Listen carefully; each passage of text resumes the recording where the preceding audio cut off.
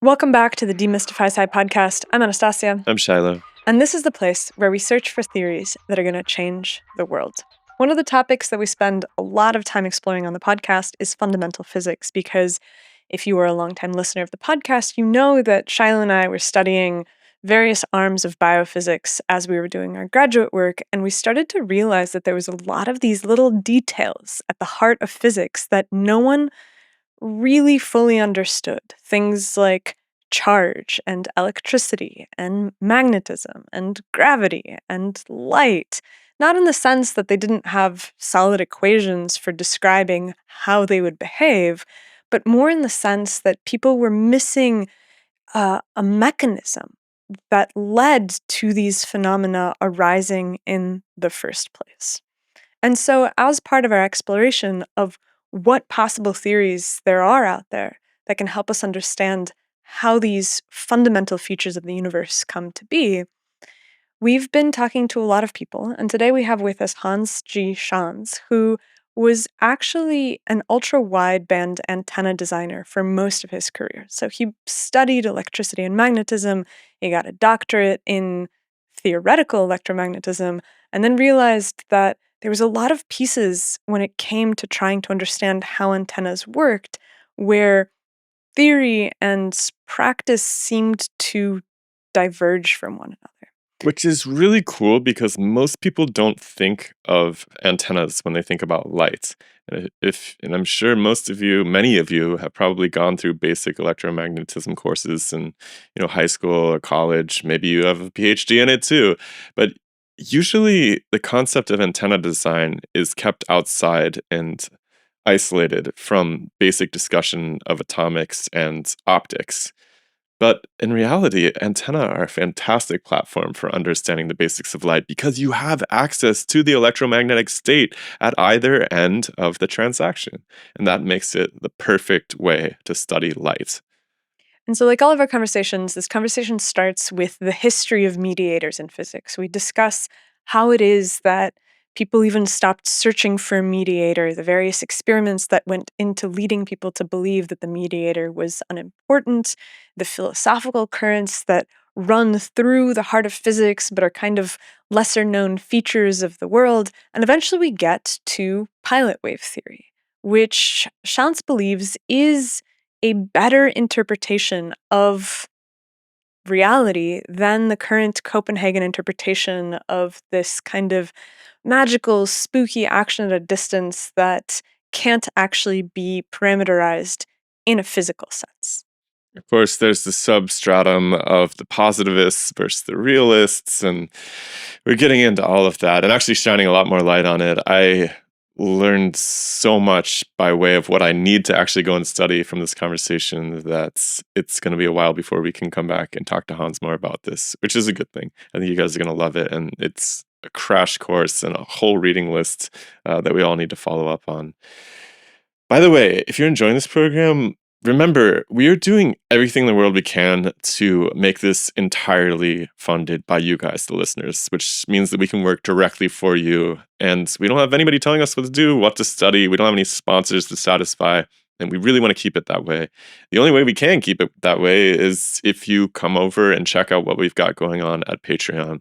So we have actually a really beautiful community of folks. If you're one of those people who's supporting this project right now, thank you so much. It means everything to us. But what's really cool for you, if you're not yet involved in that, is that you can come and hang out with this crew of people every week. We get together every Sunday morning and chop it up about what's going on in the world of all of the topics that we explore, figure out where we should go next, who we should talk to. And I would just love to meet you if you're enjoying this project. Absolutely. And if you happen to be one of our listeners that has a theory, I strongly recommend that you go to the link in the description and sign up for our next edition of Paradigm Drift. It's going to be number 6. And it is a game show where we basically give people the opportunity to boil their ideas down into a 60-second presentation, after which we interview you, try to figure out how you arrived at this, how you can improve your presentation, what parts of it make sense, what parts of it don't. Shiloh does all the live music for it. IMC. There's a really incredible chat where people are following along and kind of commenting on the things that they're hearing and evaluating whether or not the things make sense. And it really is deeply integrated into our mission because we think that interesting theories about the way that the world works can come from all directions. But in order to present those ideas to the world, you're stuck with having to learn to talk about them. And so paradigm drift is your opportunity to test your ideas out and to hone the presentation so that when you go out into the world and you tell people about it, they're like, whoa, that's wild, as opposed to just tuning out immediately. It's been really cool. We just recorded one last night, actually, number 5, and it's just cool seeing people come back and get better at what they're doing. And yeah, I'd love to see you get involved as well. In the meantime, enjoy the conversation about fields and energy with the author of Fields and Energy, Hans G. Schantz. The scientific revolution starts now. The DemystifySci podcast. Let us see in the dark.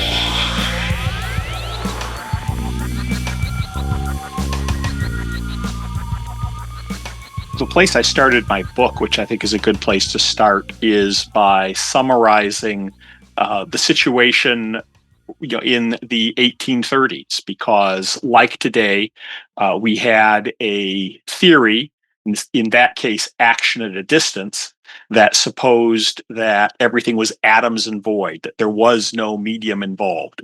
All of reality consisted of point particles interacting with each other through a distance using, obeying certain mathematical force laws.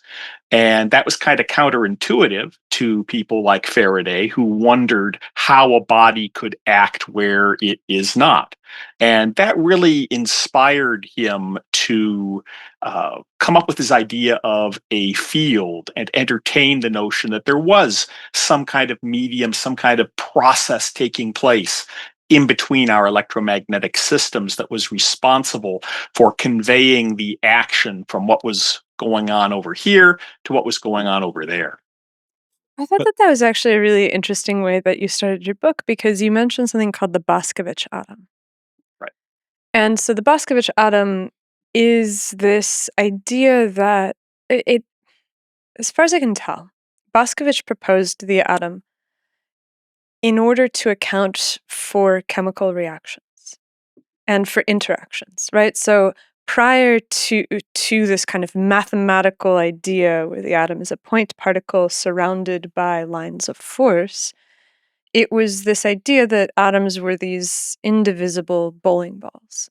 And if you have an indivisible bowling ball that cannot deform, then during collisions and interactions, you have a problem. Because if two objects are bouncing off of each other, how do they bounce? Like, they both have to be moving in two directions at once at the moment that they interact with one another, because neither one of them can deform. And so it's this kind of physical impossibility.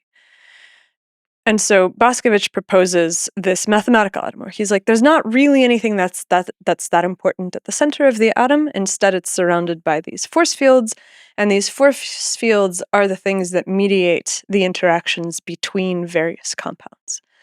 And from reading Faraday's work, I thought that he really liked Boscovich's point atom. Like, I thought that he was treating chemistry and magnetism and electricity as being a result of these force fields. Like, I was reading one of his treatises on magnetism the other day, and he's basically like, well, and conduction.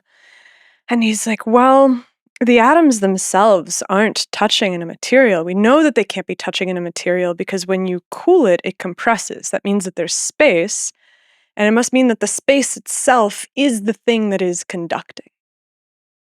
Like, he's got like a couple of intervening steps in there, but it feels like Faraday was very much in the camp of pure forces. Well, And like the field lines are not really substantive for him either. Well, he was convinced that they presented an accurate view of how those forces were being conveyed through the space around charged systems. And it was his position was very controversial at the time. You had people like the Astronomer Royal of England, George Bedell Airy, who said that it was inconceivable anyone could accept anything as vague and varying as a line of source or a line of force to explain electromagnetism, and why would you accept that rather than the precise mathematical formulation given by theory? So, I mean, what Faraday did was he had a very intuitive picture of these lines of force. He did things like take a sheet of wax paper and heat it up and put iron filings on it, put it next to some magnets that were interacting, allow the wax to cool and lock in the pattern for publication. I mean, he treated it as a he was thinking in terms of the Boscovich atom and Boscovich force fields as kind of an underlying mechanism for that. But it's pretty clear Faraday was thinking in terms of these processes taking place in the space around our charged systems, conveying the forces from one place to another. But I think that the interesting thing here is that already we see that in the process of trying to figure out what is happening, we're still relying on forces as the fundamental. I think what Nasi is pointing out is that you have this field concept introduced, which is a map of effects, right? These vectors, they're already they're abstractions, and so you're starting to build this castle out of these abstractions, which may be a more accurate way of describing the system. It certainly has proved useful technologically, but you still start to see the initial fangs of the mechanical material idea about the fundamental nature of physical reality eroding away for the first time. And this is what I mean when I say the death of the mediator and the absence of mediators in physics, because it seems like there is a gradual acceptance that the force can be a thing in and of itself, as opposed to asking this deeper question, well, from whence does the force arise? Does that track with what you've found as you've been searching through the history of physics?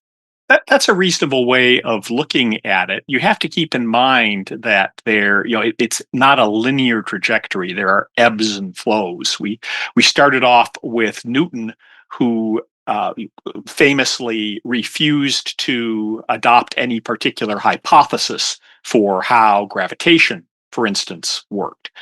He had his universal law of gravitation that he laid out and said, well, that's how it works, but I don't know how or what process underlies that. That caused a lot of controversy at the time. You had Leibniz accusing Newton of appealing to occult powers and having these mathematical laws that didn't have any particular physical mechanism behind them. And over the next generation or two, physicists took Newton's statements of things like his law of gravitation and his force laws.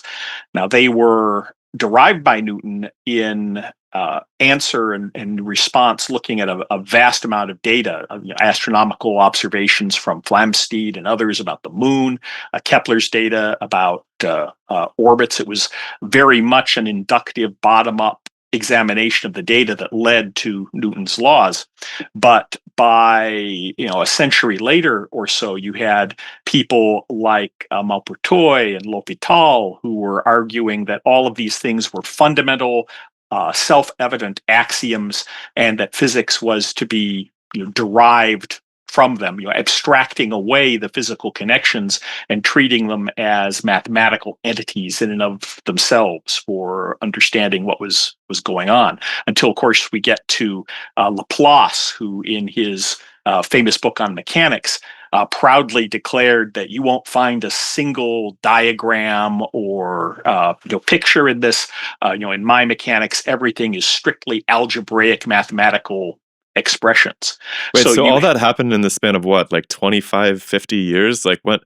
There's a couple of names there I hadn't come across before that you mentioned. Can you shed some more light on? That seems like an incredibly big transformative period. Like, that's one generation, it seems like. It's fascinating. If you ask a physicist, what's Newton's second law? they'll kind of look at you like you don't know what you're talking about to ask so simple a question. Let's say, why? Of course, it's F equals ma. But if you go back and take a look at what Newton actually wrote, it's something like the force impressed on an object is proportional to the rate of change of its velocity, or vice versa. The rate of change of velocity is proportional to the force impressed thereon. Some statement like that. And it was another several decades before, I think it was Bernoulli, took that and actually wrote a differential equation of motion that we would recognize as being F equals ma. So, abstracting away from the general observations that Newton made and putting them into a precise mathematical form, that took a generation or two of physicists to get that far. Now, you had a number of French physicists. I mentioned Maupertuis. There's some controversy actually about whether he came up with, or what his contribution was to the principle of least action. In fact, my friend John Place, who writes the Fiat Lux Substack, he just did a post in the last week or so on Maupertuis and Leibniz and the question of who came up with the idea of least action. But Maupertuis was at least an advocate for this notion of interpreting physical laws through the principle of least action, and treating that as the fundamental principle from which Newton's laws were derived. L'Hopital is the one who argued that Newton's laws were self-evident axioms that we use to derive the laws of mechanics. So kind of cutting them off from their foundation in the observational data that Newton used to derive them, and treating them as mathematical abstractions in and of themselves. So there was a period of physicists building upon and developing Newtonian mechanics, where they progressively made it more and more and more abstract. It sounds like, I'm sorry if I can interrupt you for a second. Sure. First of all, shout out to John Place. We just got to spend some time with him out in Portugal also. Yeah. But it seems like this is maybe, correct me if I'm wrong, but it seems like it's maybe the first generation or so where physicists can just sit in an armchair and process ideas mathematically and make a whole community and career system. I don't know if career is the right way to put it, because these guys are probably all rich barons or something. But it seems like this is a change in the way that people do physics that perhaps is underappreciated. Like, it's not just going in a laboratory, running experiments, trying to deduce the cause of phenomena necessarily. It's like processing and trying to simplify and instrumentalize and parameterize basically what is known understandings of phenomena at that point in time. Like, people have a basic grip on the way that planets go around the sun, right? Or anything else for that matter. And so is that a fair way of framing it, do you think? Well, there's an essential continuity from all the way back to the Middle Ages, because you can go back to Robert Grosseteste and Roger Bacon in the 13th century, who were similarly, of course, not as sophisticated as Newton and his successors, but nevertheless, they were looking at observational data on things like optics and trying to understand how light and how lenses worked.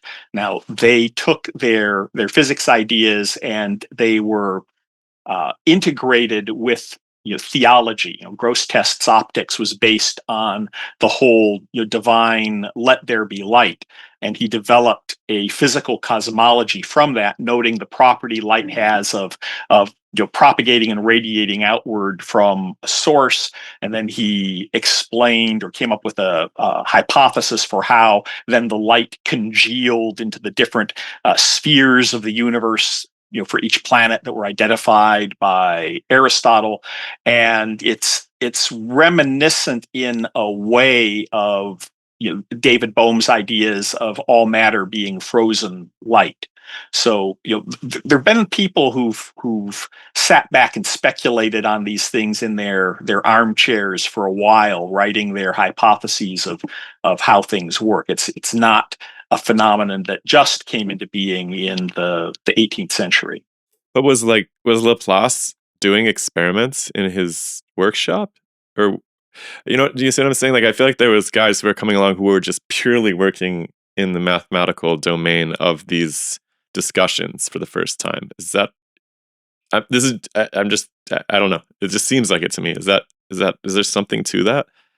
There may be something to that. I'm not as familiar with Laplace in particular, and whether he did any experimental work. I'm only familiar with him for his work, developing his principles of mechanics, which is obviously a very theoretical work. My suspicion is that he did not do a lot of experimentation with Atwood's machines or bodies rolling down inclined planes or anything like that. Right. And it's like the fact that the quote that you gave, was that Laplace's quote that you gave earlier, something to the effect of, we don't even need this kind of approach. We don't need to really physicalize this. It's much easier to just completely abstract it. It makes sense that it's coming from a guy who that is his approach, and everybody wants everybody to be on their approach, it seems like. So, right. Well, for many physicists, the archetype of scientific truth was something like Euclidean geometry. We have 5 basic axioms, and then through a rigorous and logical process of deductive reasoning,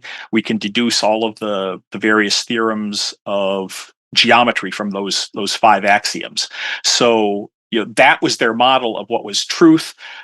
Inductive science, well, that's prone to error. They looked at that a little suspiciously. You can always misinterpret your data or have experimental error and so forth. So it's not as high quality a science as. Can you remind people? Yeah, can you remind people about the difference between the two? Right, it's a very important distinction, and it goes all the way back to the Greek philosophers. You had Aristotle and Plato both working with induction and deduction. The basic idea is deduction is taking starting principles or axioms or physical laws and working out what the consequences of those laws will be. And induction is taking a look at observational data, whether experiment or just going out and doing what Rutherford would call stamp collecting, gathering facts about reality and trying to work out what common physical principles are involved. And of course, science involves having to do both of those. Plato's approach tended to be more deductive, and Aristotle tended to be more of a inductive in his approach to science. So, for instance, when they looked at politics, Plato's launching point for politics was trying to understand how the city interacts with men's souls and with his principles of justice and so forth. Aristotle's approach to understanding politics was, the first thing he did was gather something like 150 different constitutions from different political organizations and then see what their practical effects were. So that's the difference between induction and deduction. Now, the issue is if you start in order to get those fundamental principles that you're going to work on requires a process of induction to work out what those principles should be, and then deduction from them to look at their consequences. A lot of times that tie between the theoretical ideas and the body of physical evidence that gave rise to them is kind of tenuous and can be lost. And I think that's what happened in the 18th century with some of Newton's successors, that they started looking at the deductions that they were making from Newton's laws and forgot that they were based in reality. There's always this.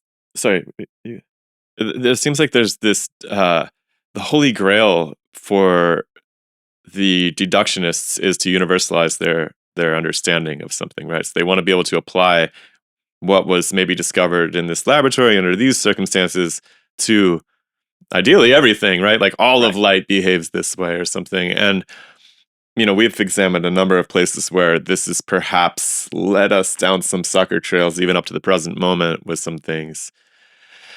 Well, I think they want to have what Leon Letterman in the God particle referred to as the equations you can put on a T-shirt from which you can deduce reality. Kind of an extension to the T-shirt with Maxwell's equations that says "Let there be light," and you can argue that all of electromagnetism comes from these four simple equations, which is, I think, a bit of a stretch. But that's the basic idea. Some fundamental simple equation that you can write down, whether it's on a T-shirt or a blackboard, and deduce all of reality and all the particles and all the forces from it.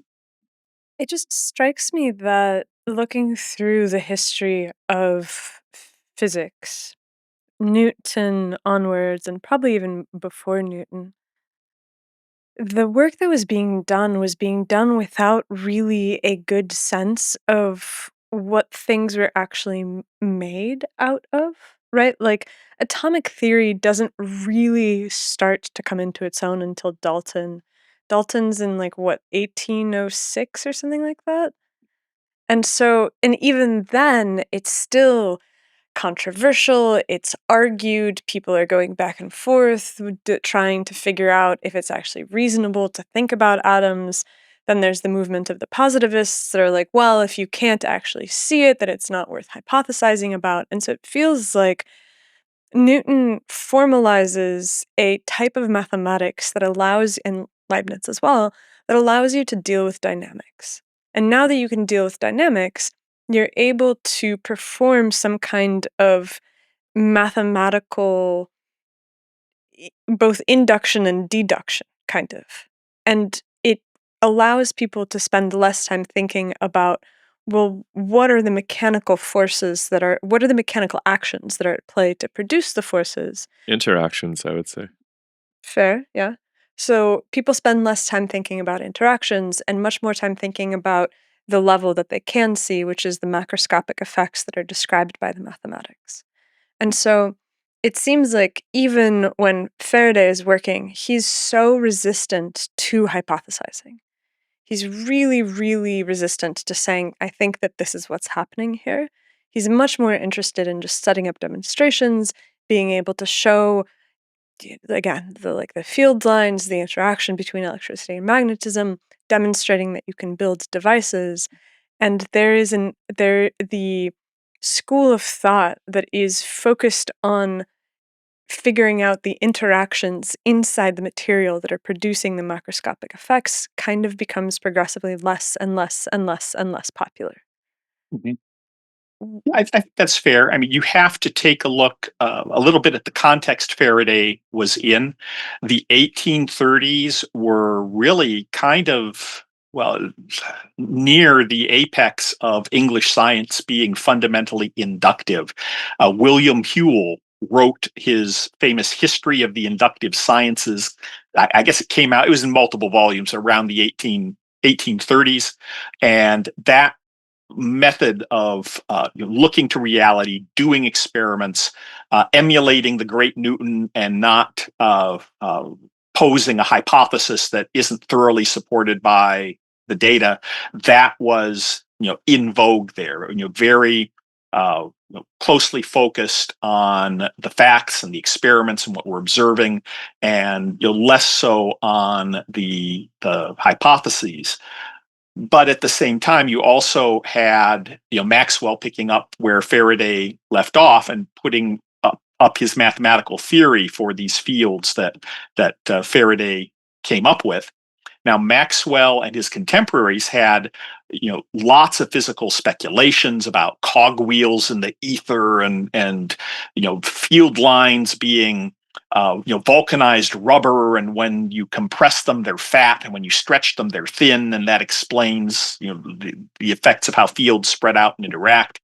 But Maxwell, at least, was particularly clear that he regarded all of those mechanical analogies as being aids for understanding the phenomenon. He didn't believe there were real, genuine cogwheels in the ether, but he did believe there was something there, that some medium, some process was responsible for storing electric and magnetic energy and conveying it from one place to another. Okay. And so, how do we start to get to the point where that disappears? Because we got really preoccupied with this question. The ether dies, there's no medium in which these forces are stored or transmitted. And from when we first started looking into it, the place that everybody points to is Michelson-Morley. Mhm. Michelson-Morley tries to demonstrate ether drag.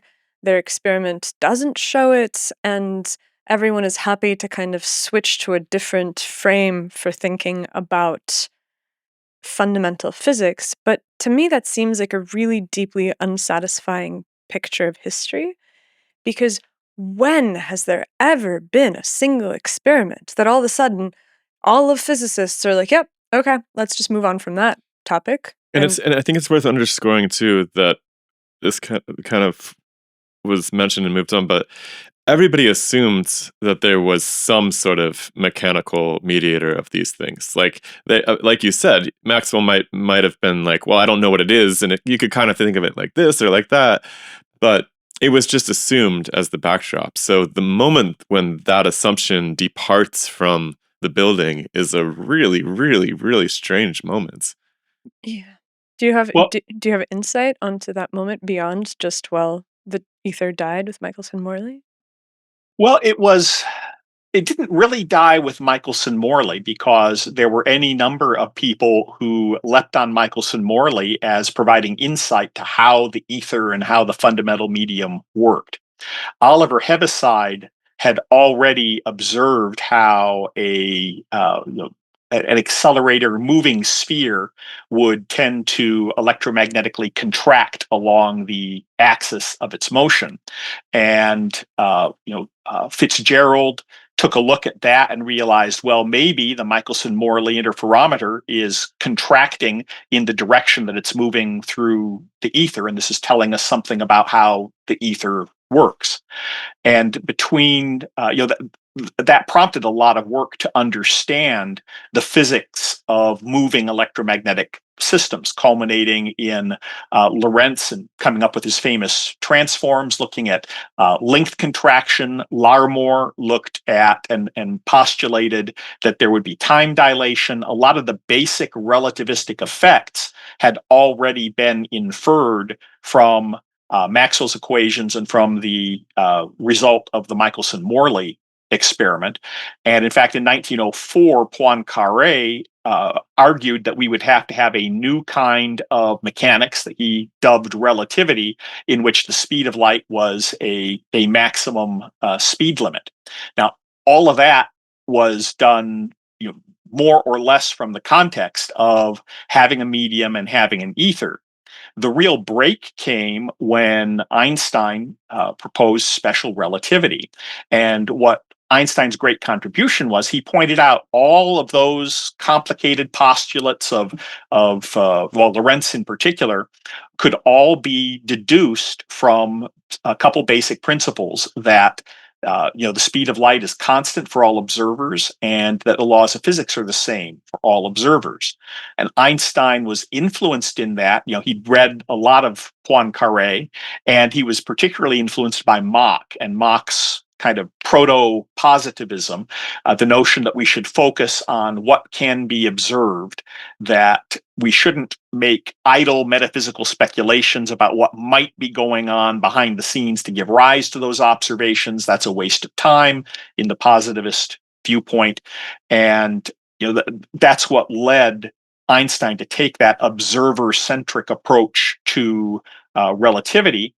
And once you've done that, and once you can show, well, look, we can take those two principles, we can deduce all of these things that people were postulating in ether in order to explain, and we don't need the ether anymore. We can do it all neatly and deductively without this weird supposed medium whose properties are a little elusive that we can't get our hands on. And that was really the point of the point where the ether began to wither away. I mean, certainly there were people after Einstein who still proposed it and advocated it, but I think that was when the situation began to change. And as it changed, how much tension was there in the scientific community? Like, Einstein was obviously a titanic figure. He was beloved. There was also something that we came across a while ago, which was that the German proponents of ether theories labeled relativity as the Jewish science.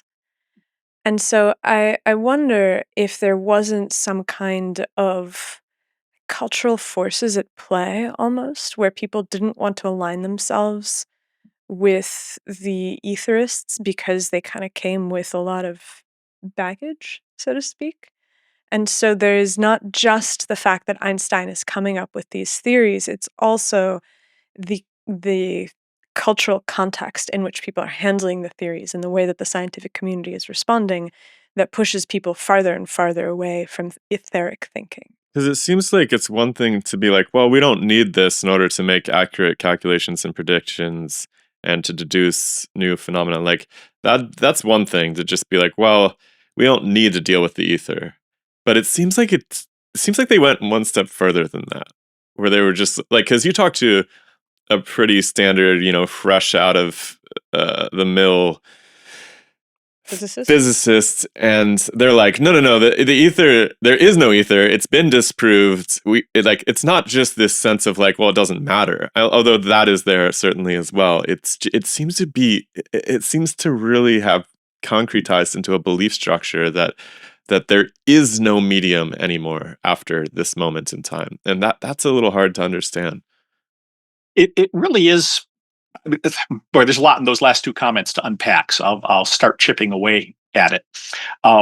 There is a lot of confusion around that issue because the fact that you don't need an ether to explain relativity, you can deduce it from a couple fundamental principles. Yeah, that doesn't prove that there's no ether there, and the people who want to argue that there's no ether then kind of have get backed into the embarrassing position of having to discuss the properties of the vacuum, and the vacuum has permeability and it has permittivity and it has as we discovered, vacuum energy and all these different properties of the vacuum, where we're backed into the position of ascribing properties to something we're saying doesn't exist, to say that nothing is something. And I think that's where a lot of the hardcore anti-ether people got backed into an absolute refusal to consider whether there might be some process involved in the phenomenon of electromagnetism. So it's always difficult when we start talking about the vacuum, because I'm like, we still can't make a perfect vacuum in 2025. There's always some stuff in there. The outer surface of the atom isn't just like this nice little shell that you see in the chemistry books, right? It falls off. It's kind of where they got this cloudy thing from, right? There is some sort of continuity at least available from the fundamental mathematics. Like, it's very strange that the assumption would just be there is no mediator of these phenomena. I really have a hard time unpacking that, but we can move past it. Yeah. And that really was a large part of the why emotions ran high over that issue, because there were a lot of physicists who thought that was outrageous. You're saying we're going to do physics and we're going to give up any attempt to understand what's going on, that we're just going to look at your theoretical equations instead of trying to understand the processes that give rise to those equations.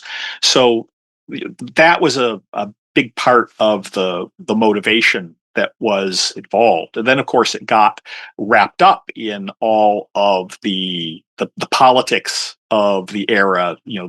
There were people who criticized Einstein because he was Jewish, and there was a lot of anti-Semitic fervor in Germany, particularly after World War II, and that got wrapped up into the physics as well, where you had people who were using it as just one aspect of their politics to try to attack relativity, or people with legitimate physical criticisms of relativity theory who got branded as ignorant or anti-Semitic because they disagreed with Einstein and the prevailing wisdom. So it got very messy as it got wrapped up into the politics of Weimar Germany. Yeah, and I guess it only takes, a generation or so of people inheriting the assumptions of their mentors, right? It wouldn't take very long for a whole new batch of scientists to come out thinking, well, this idea that we don't need the mediator has now become there is no mediator, and if you even concern yourself with that, it's a fool's errand, and worse, it's something that doesn't exist, so you can't possibly have anything to say about it. And I don't know. It's just I love these points in the history of science where people just find some really incredible mystery, and then they just kind of close the book on it and move on, right? I think that we're going to find, especially in this era of a mass accumulation of data and networking of information, whether it's through AI tools or just networking in the internet, that people are starting to dig up a lot of these gems and stitch them together for the first time. And I think that's really exciting, because I imagine this is how history goes in general. If you don't get your idea out there and famous in your lifetime, like, God knows when it's going to pop up again. But I do think eventually it will, actually. Well, a lot of these ideas just fall by the wayside and are forgotten. They're not useful to the things the professors learned from their mentors and from their textbooks weren't useful in the professor's career. So, when it comes time to figure out what to put in the textbooks for the next generation, they omit the stuff that they think isn't useful. And, very valid principles get forgotten. Just to give you one example of that, of one that I was just kind of amazed to realize physicists haven't taken seriously or even considered in over a century, it's the question of the uniqueness of the field. Now, that's something that Faraday was one of the first to take a look at. Faraday did some of the pioneering work in electrochemistry. He took the batteries from Galvani and Volta and was using them to generate electric current. And Faraday was wondering, is the electricity that we get from a battery, is that the same thing as the electricity we get from the electrostatic friction generating machines that had been used to generate electricity before that point? And is it the same thing, or are these two different flavors of electricity, and what are their different properties? So he designed an experiment where he performed electrolysis. He used a battery to perform electrolysis on water, and he used discharges from the electricity he got from electrostatic machines and had stored in a Leyden jar. And what he found was, in fact, they were different kinds of electricity, because the electrolysis from a battery produced pure gases at each terminal that would not combust. But if you used the discharge from the Leyden jar, the mixture of gases that you would get at the electrodes would combust. So he inferred that we have two different kinds of electricity. Now, we now know that what he was really discovering was the difference between alternating and direct current. If you have direct current, you get pure hydrogen and pure oxygen at the two different terminals when you do your electrolysis. With a Leyden jar discharge, it's oscillatory. So the polarity of the electrodes is changing, and you'll get a mix of gases at the electrode. It took a while for people to sort through that and figure that out. Is that just the design of the Leyden jar versus a standard battery? Is there a way you can make me understand the design of the Leyden jar a little bit better? Oh, sure. It's basically discharging a capacitor, unless you're very careful to get the resistance just right and have very little inductance. You get an oscillatory decay. So it'll start discharging, but it'll overshoot and then come back and then back down as the oscillation gets damped out. So you get alternating current instead of direct current. The polarity So will shift. interesting. That is so Whereas with the interesting. battery, of course, positives positive and negatives negative. You don't get the current to alternate like you would with a typical discharge. That's really cool. Did Tesla dig up this idea much later when he was conceiving of his AC systems?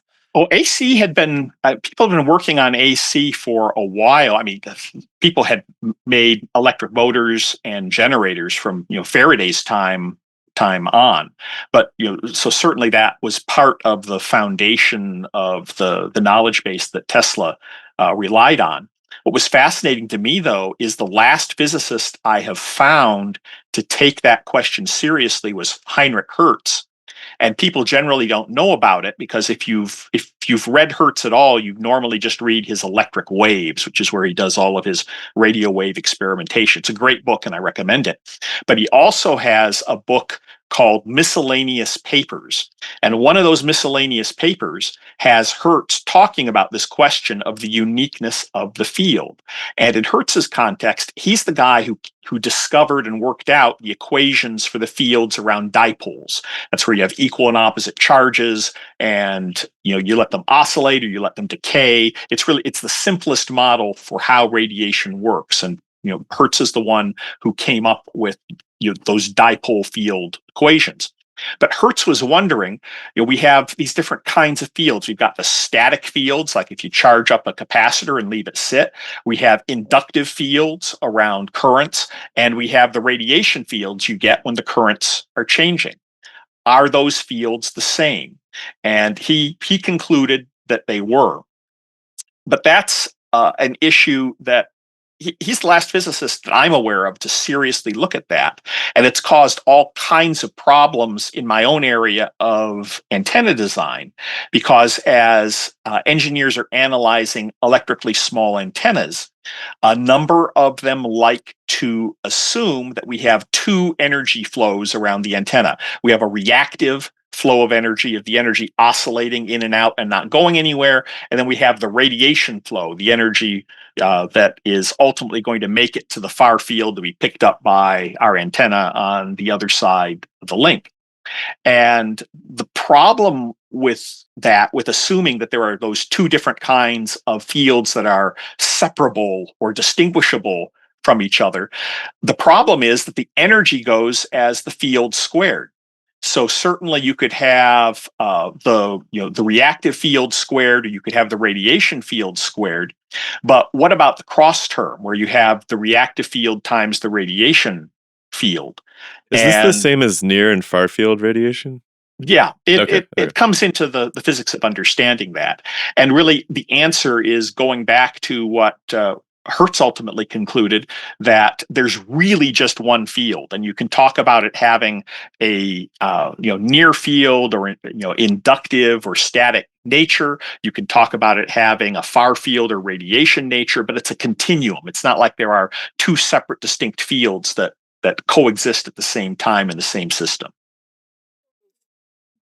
So I'm not sure which direction to go from that. I got questions about near versus far field, but maybe we should hang out. I do want to talk about antennas, but let's make sure that we. So I kind of got off on a. It's all good. It's all good. There, but there's a lot of there's a lot of great stuff that I really did not learn how. I didn't begin to learn how electromagnetism worked until I was in grad school, and I'd already done all my undergrad and graduate level electromagnetism.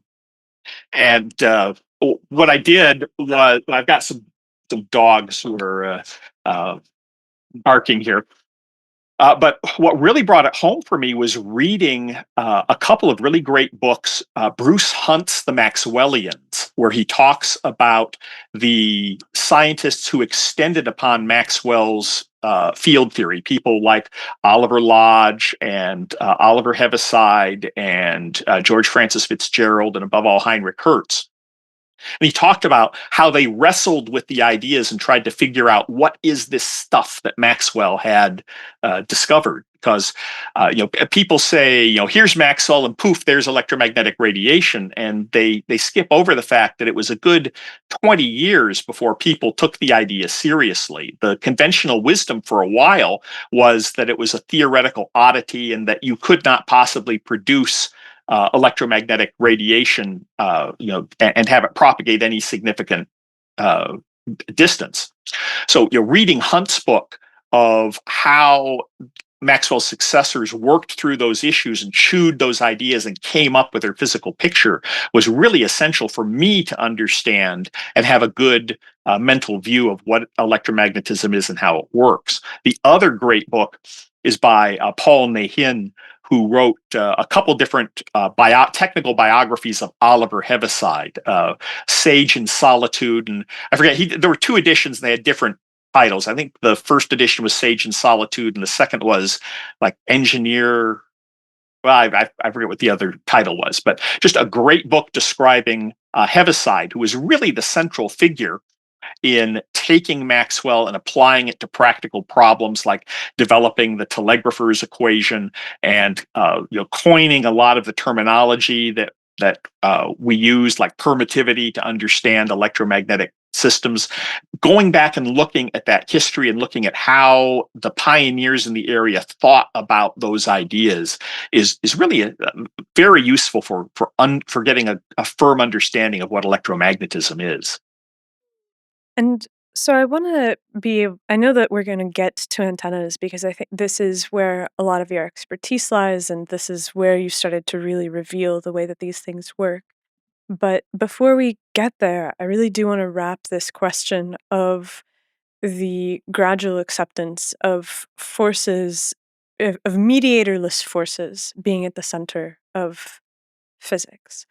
And I feel we've gotten to the point where relativity comes along, and so now you can parameterize things inside of this new mathematical system. But it's also the same era that quantum mechanics is starting to pick up. And so, how does quantum mechanics play into this mediatorlessness? How does quantum Well, mechanics help kill the ether? it's very interesting because really I'd have to say Einstein's the guy who killed the ether with his development of special relativity. But It's really interesting because he seemed to not want that to be the case. right, what happened is when he developed general relativity, the theory of general relativity, in the words of John Wheeler, is that matter and energy tell space-time how to curve, and then space-time tells matter how to move. And if space-time has this property of curvature that is somehow distributed throughout space, well, that smacks of being some kind of an ether. It's some kind of a medium with this property called curvature. And Einstein, in a 1920 lecture at Leiden, went back and explicitly said, that in a sense we can think of space as being a kind of ether supporting this gravitational curvature that's at the heart of general relativity. Well, he says something really weird there because he says it's a non-kinematic ether. Right. Yeah, he was distinct. He was trying to make a distinction between the ether he wanted to help provide some medium or mediator for gravitation, while not accepting the medium that had been proposed for electromagnetism. So it's kind of a very fine splitting of hairs he was trying to execute there. Do you know what he meant when he said non-kinematic? Is it just that it's like not moving in response to the electromagnetic radiation? Like, because I've wondered about that a lot because it seems like such a slight distinction, and he doesn't explain what he means. I'm not entirely sure. I think by non-kinematic, a lot of the old ether theories assumed that there were cogwheels rotating, storing angular momentum, or some way that real physical tensions were being stored in the ether around electromagnetic systems. And I think he was not in favor of that kind of idea, but did think that you could have some kind of a curvature that was associated with general relativity as a material property of space. So I agree, it's a subtle distinction. I don't quite understand why you would make that distinction, but that does seem to be what he thought. I mean, I always read it as him saying, I don't think that there's a substance that's distinguished from everything else. In other words, that you're going to be able to ever put your finger on something outside of your finger exactly. Like that's how I read it. As it's like, if there's an ether, it's rearranging itself constantly in response to its environment in such a way that you'd never be able to, take something made of atoms and touch it exactly, because the atoms would change the medium itself. So in that sense, it's like not kinematic because it's not going to just be bumped around by our tools. And I don't know. That's how I read it anyways. Like it doesn't have its own set of equations that are distinct from the way that things move through it. Yeah. And all of your probes and everything are at this other scale of organization, and they're going to somehow reflexively restructure whatever ether is there in such a way that it will be unavailable to touch, right? And so I think that's the breaking point. I can't quote anything from Einstein, but I've read a lot of him when I was younger, especially, and I always sensed like a sort of wistfulness about his inability uh, to make sense of the mediator situation. Even though I don't think he ever really wanted to go out on a limb and say, no, there's definitely something there, because I think he also didn't want to just be throwing hypotheses out that he couldn't really defend.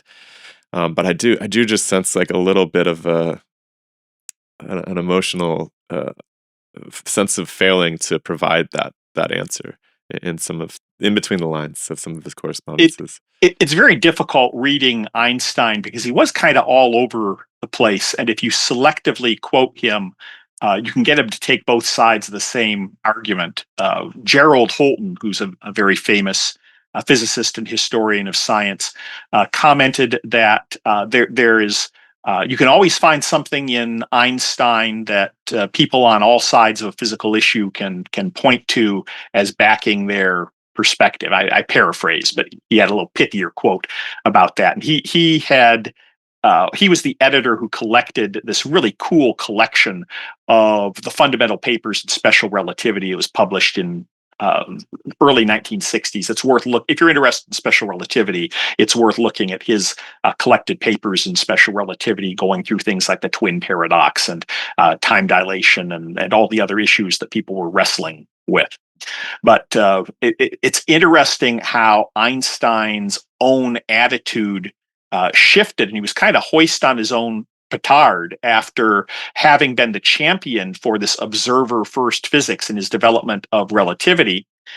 When Heisenberg came out with his quantum mechanical theory, Heisenberg reported this decades later in his book Physics and Beyond, where he described how Einstein invited Heisenberg back to Einstein's apartment to talk about Heisenberg's quantum mechanical theories. And he asked, well, where are the electron trajectories in your theory?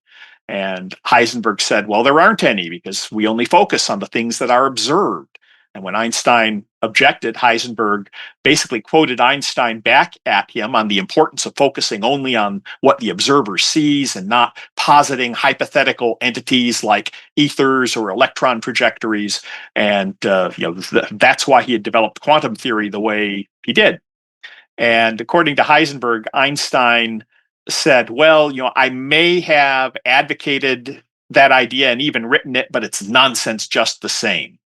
And that really was the point where Einstein diverged from the conventional wisdom in quantum mechanics and developed his realist perspective. God does not play dice with the universe, culminating in the famous paper he did with Podolsky and Rosen, the EPR paper in 1935, where he and his co-authors argued that quantum mechanics had to be incomplete. There had to be hidden variables associated with it. And ironically, I think that's his single most quoted, most cited paper, and maybe his most significant contribution to physics from our perspective a century later. And so we got onto this tangent when you were explaining the connection of the emergence of quantum mechanics as a mediatorless discipline.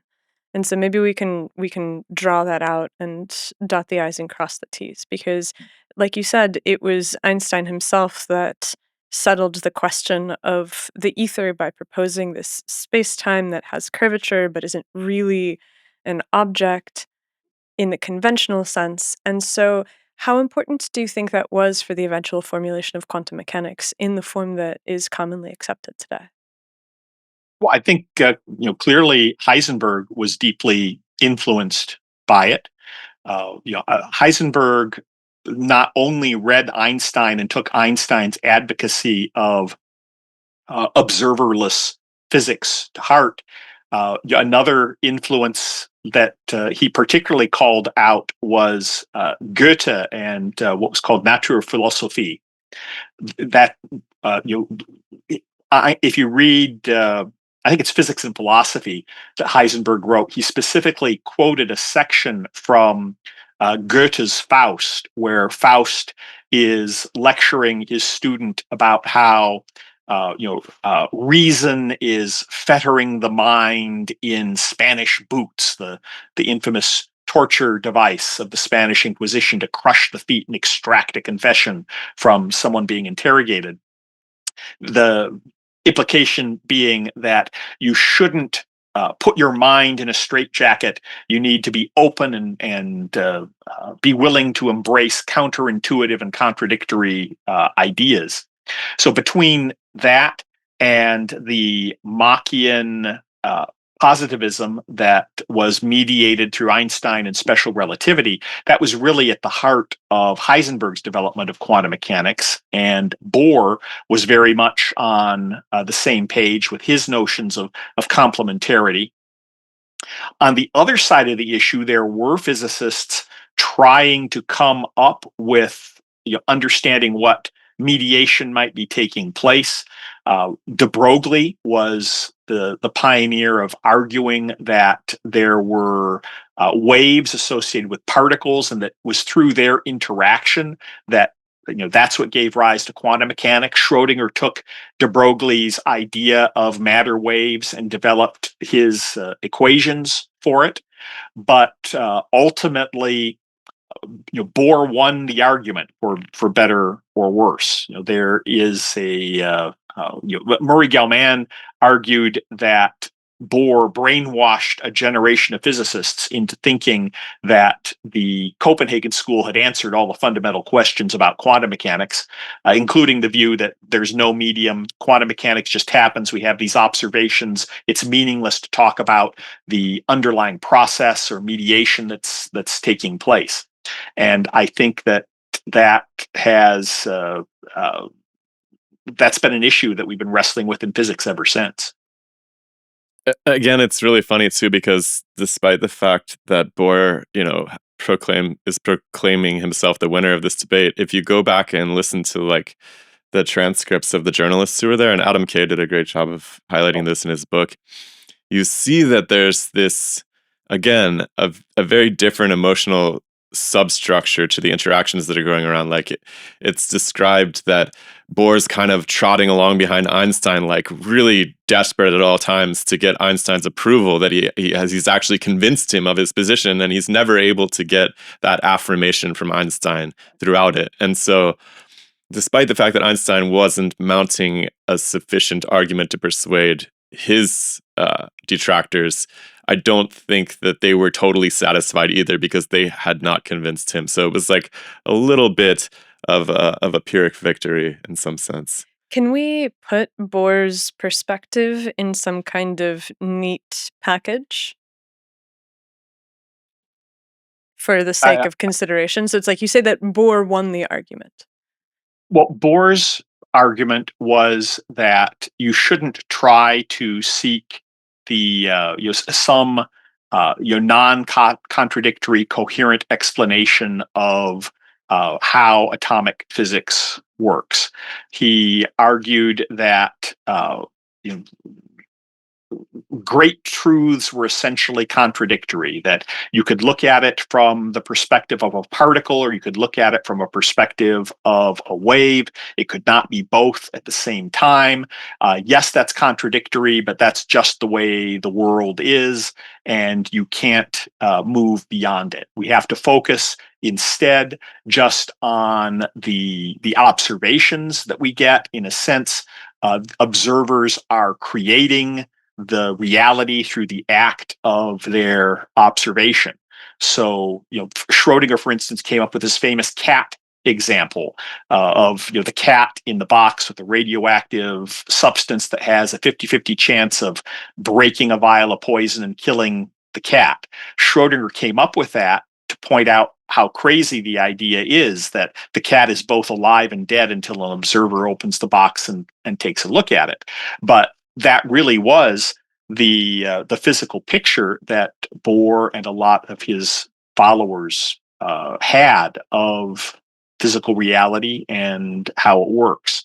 In later versions of that, you had everything from consciousness being thought to be required in order to make a measurement. If the tree falls in the forest and no one hears it, it doesn't. It's in an indeterminate state between being upright and being on the ground until someone comes and observes it. Just a lot of very difficult to understand from our everyday common sense perspective views on how reality works at the quantum level. And you mentioned positivism. I just want to make sure nobody was lost in the dust with that one. This all sort of is reinforced by a positivist philosophy, from what I understand. Can you just really quickly tell people what positivism is? Because I don't want that to be lost.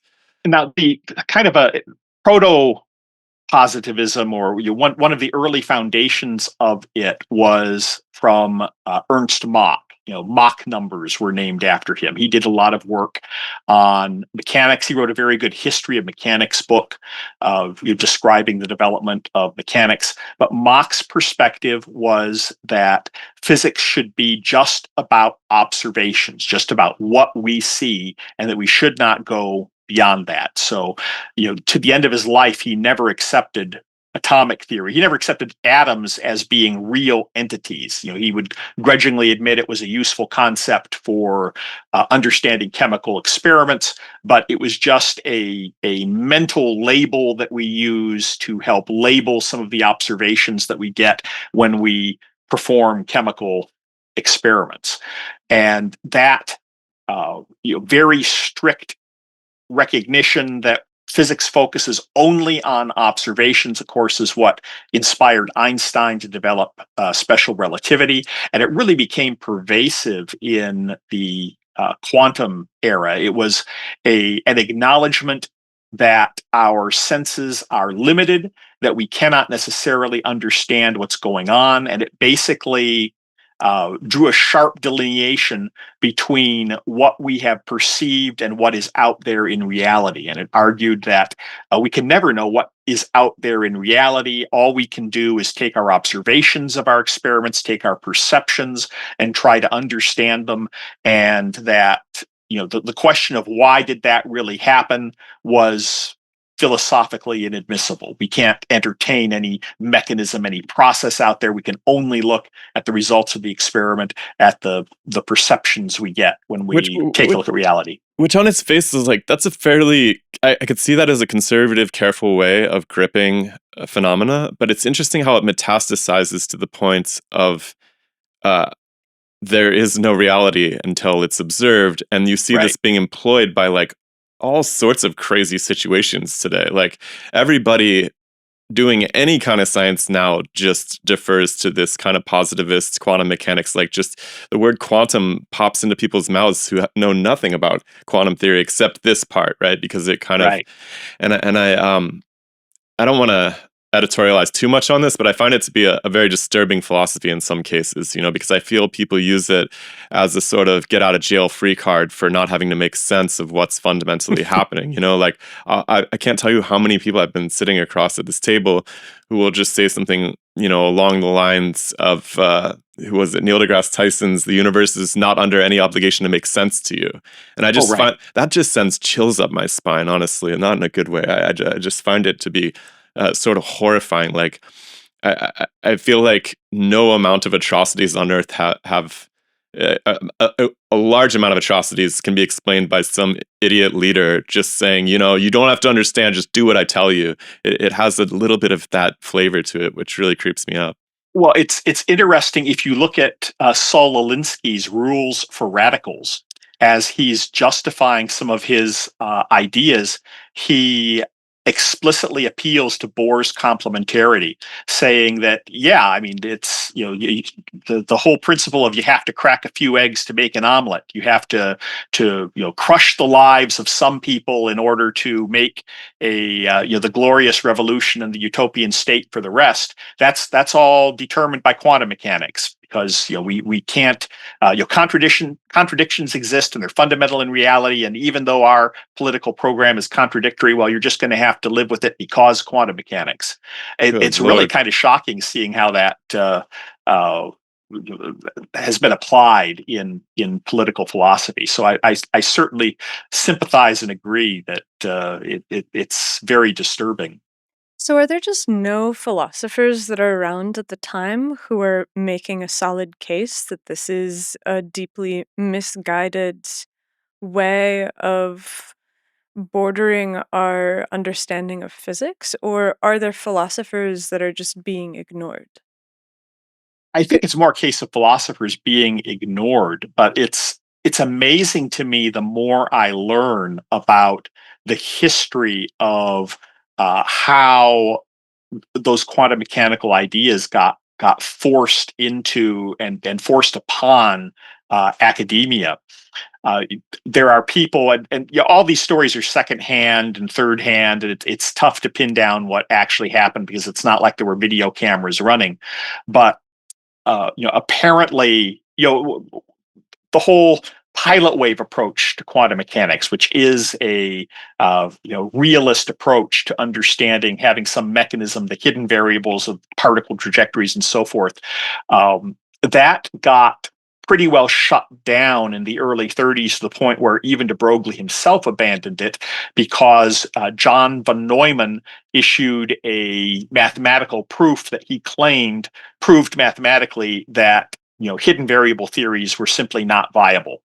Well, the theory, his proof turned out to be flawed, but it wasn't until David Bohm in the 1950s revived and rediscovered de Broglie's pilot wave approach and extended upon it, that people began to realize, wait a moment, this is exactly the kind of theory that von Neumann's theorem told us was physically impossible.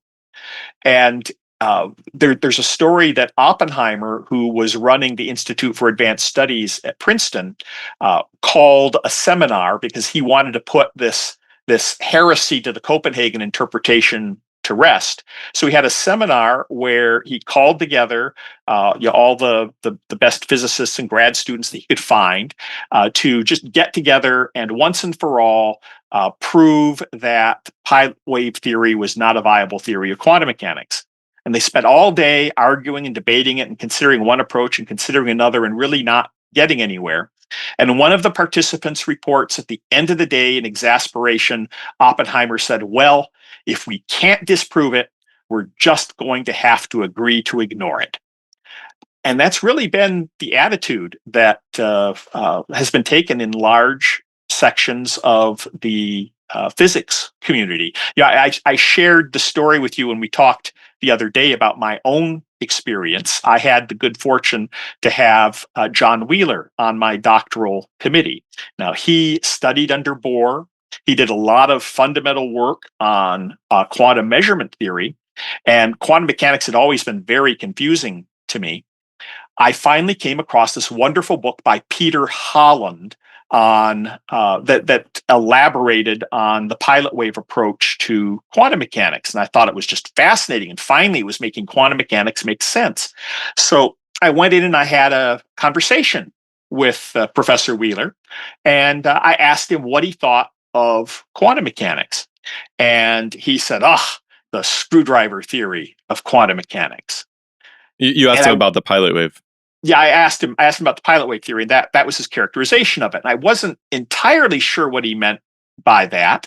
I had read people criticizing it as being an arbitrary mechanistic approach to quantum mechanics for the reactionary physicists who were incapable of comprehending the divine wisdom of the Copenhagen interpretation and so forth.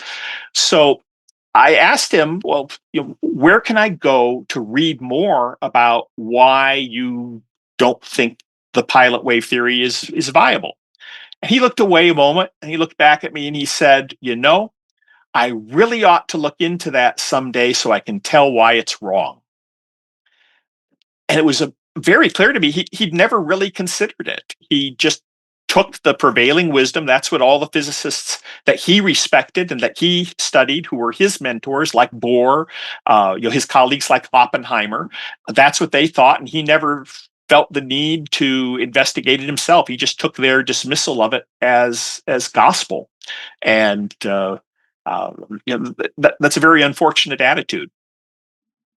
It also tracks. I mean, it tracks with my experience too. I spent many, many, many, many hours with a good friend of mine who was a physicist when we were in grad school, and I was putting a lot of these ideas we've been discussing in front of him. And at the end of the day, we'd always go home, and he would always just be like, "Well, the equations work for me. Like this field picture, this mediator list, and like it works."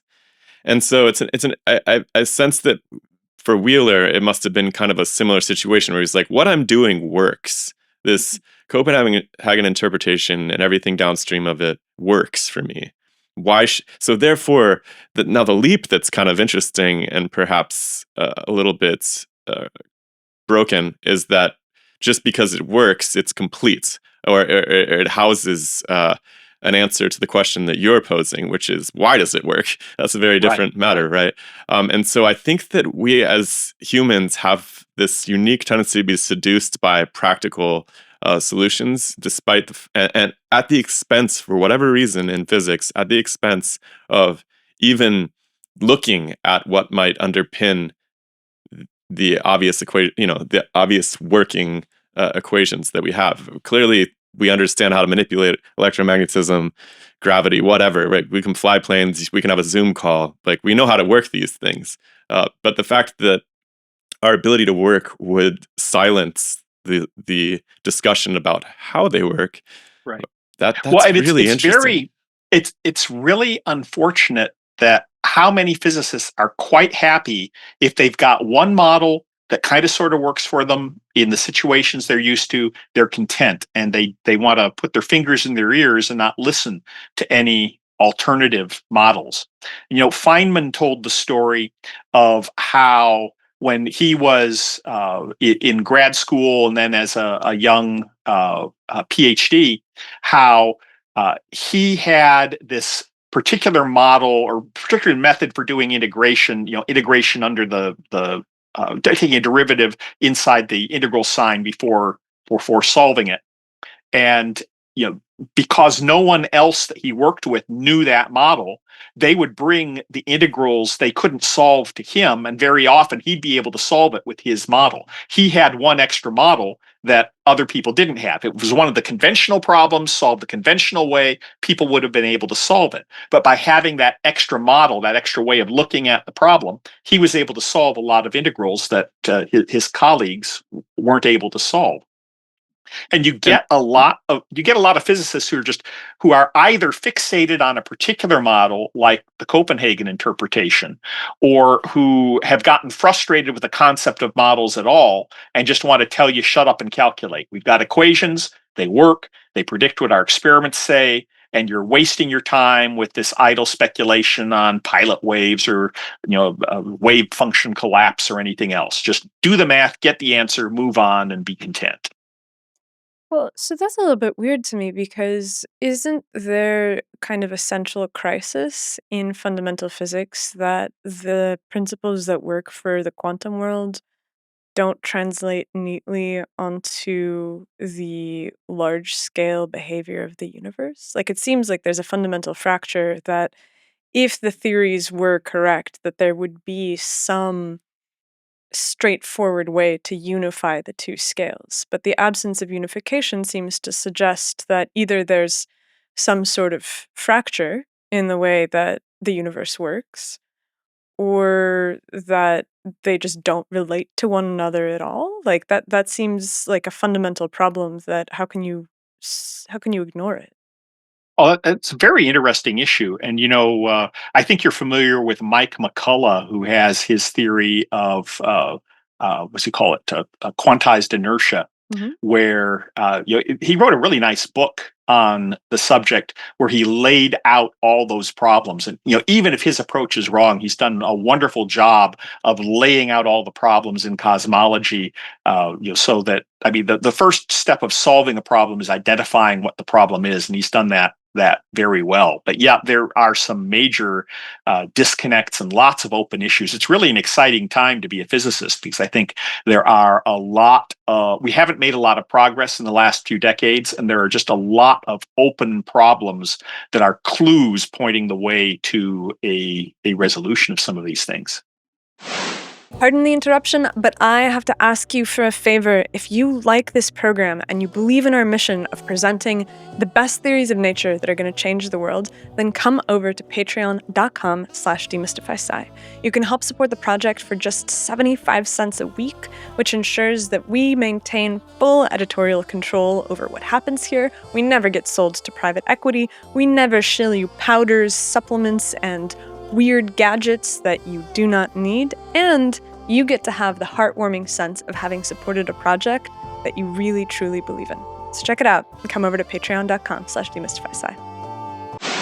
From here, I think that it's pretty reasonable to go into the pilot wave theory and how you look very concerned. Sorry, I'm just listening carefully. Physics. I have like a physics face that I'm not particularly proud of, but it looks sort of like I'm upset or angry because I'm just trying really hard to stir up these neurons I don't use in the rest of my life. And I can never parse if it's that we're going in the wrong direction or if it's just deep consternation. But so Concentration, not consternation. there we go. So we want to get to antennas and what you saw in working with antennas that led you to a different way of seeing things. But I think that we should spend some time dealing with pilot wave theory before we get there, because that way everybody has all of these tools at their disposal by the time that we're talking about applications. Okay.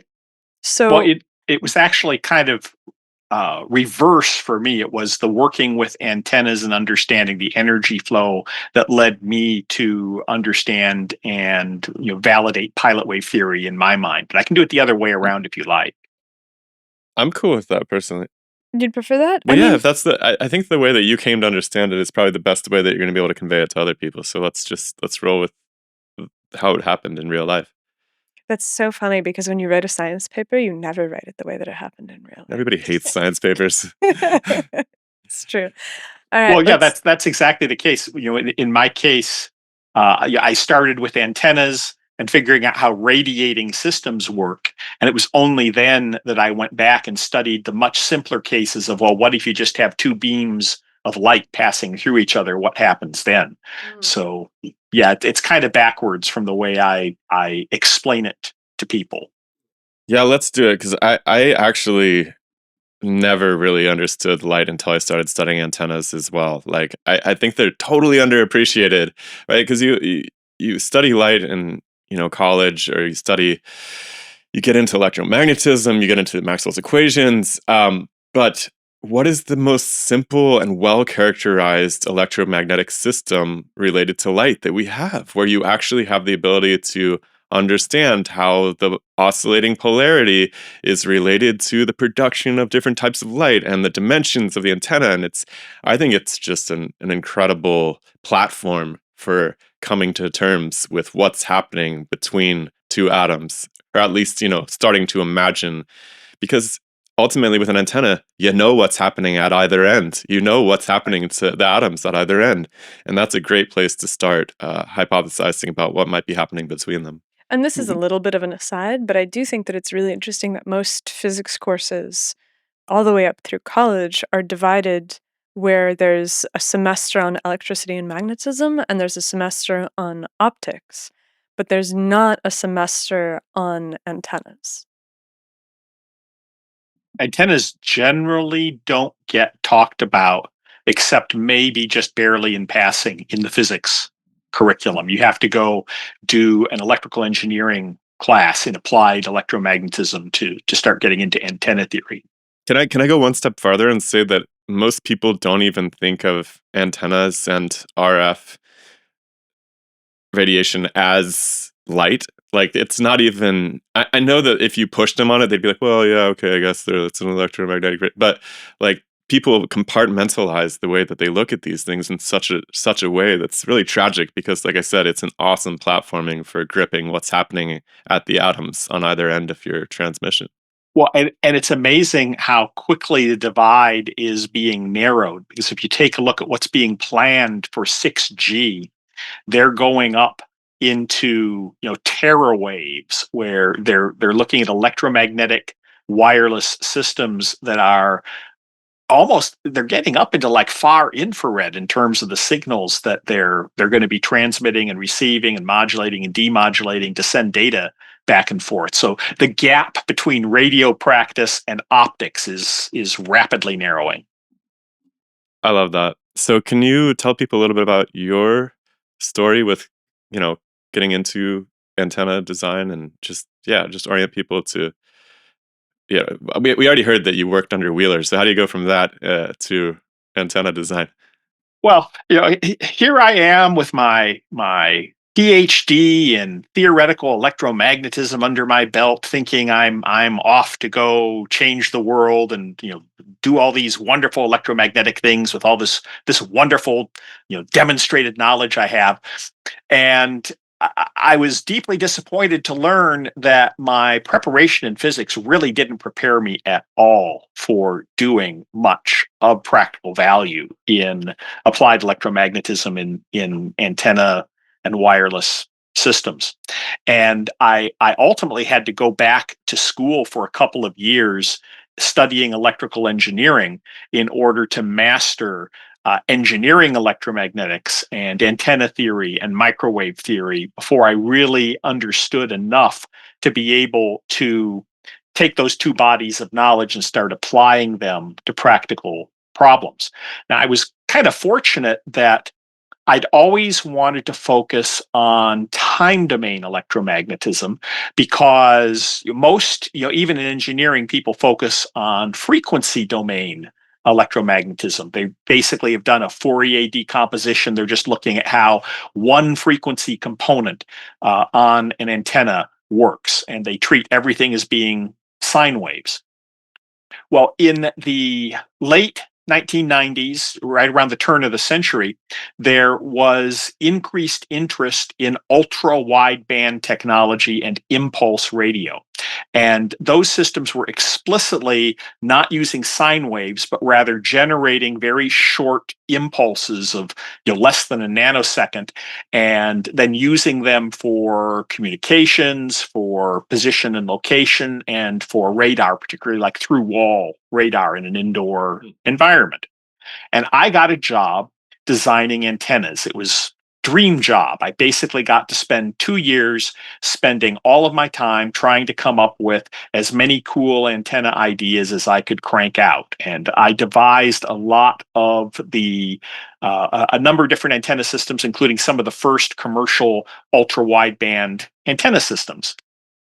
And some of the principles that were useful to me, it had long been realized that if you wanted to make a broadband antenna, fatter is better. A thin wire antenna tends to have a more narrow bandwidth than a fat antenna. So that had been known since at least the 1940s. But fat how? What shape do you want to use? And that's where I used my theoretical background to understand where is the energy stored around, say, an ideal dipole. And by taking a look at where energy was being stored and where energy was being converted into radiation and decoupling away, what I realized is I wanted to stick some metal up in the areas where it was being stored to short out the field so it wouldn't store a lot of energy that would narrow the bandwidth. And I wanted to focus on having a smooth transition from the feed point out to the far field. And that led me to create a variety of kind of bulbous shaped antennas. Basically, you want to put a sphere or a circle or an ellipse of metal on the poles of your antenna and leave the equator free for it to decouple and radiate away if you want to make an ultra wideband dipole.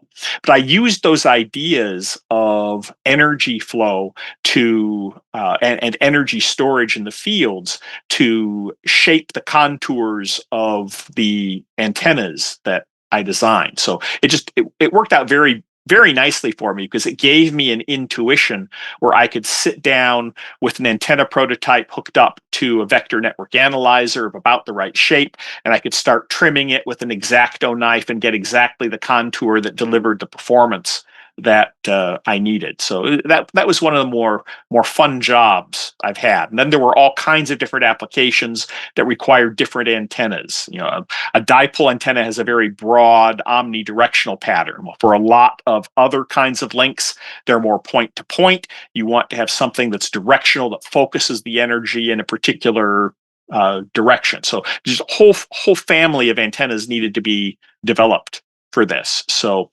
I did that and ultimately ended up writing my book, The Art and Science of Ultra Wideband Antennas, where I go into not just the theory, but the practical side of how do you pick an antenna, how do you design it, how do you do the engineering on it, how do you understand how it works, how do you modify it, and a wide library of different antennas for a variety of different applications.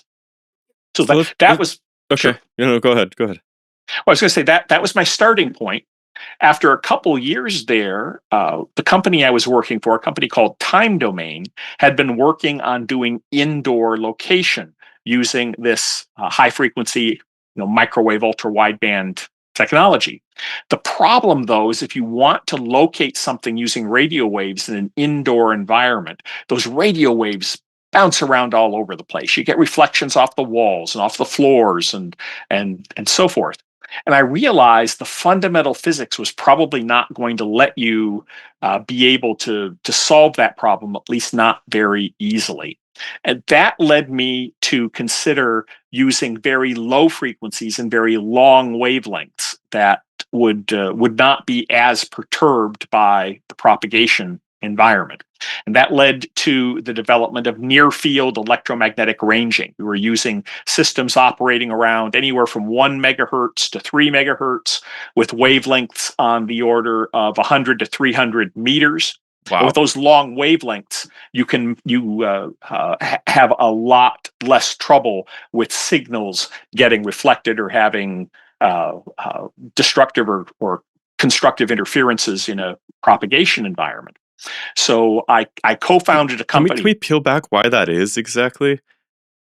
Well, yeah, if you have in a typical indoor environment, at microwave frequencies, what you'll find is you have several nanoseconds of what's called delay spread, where you have the signal that's bounced off the wall and the signal that's bounced off the floor and the direct line signal, and they're all arriving at the destination in a cluster over the course of a few nanoseconds.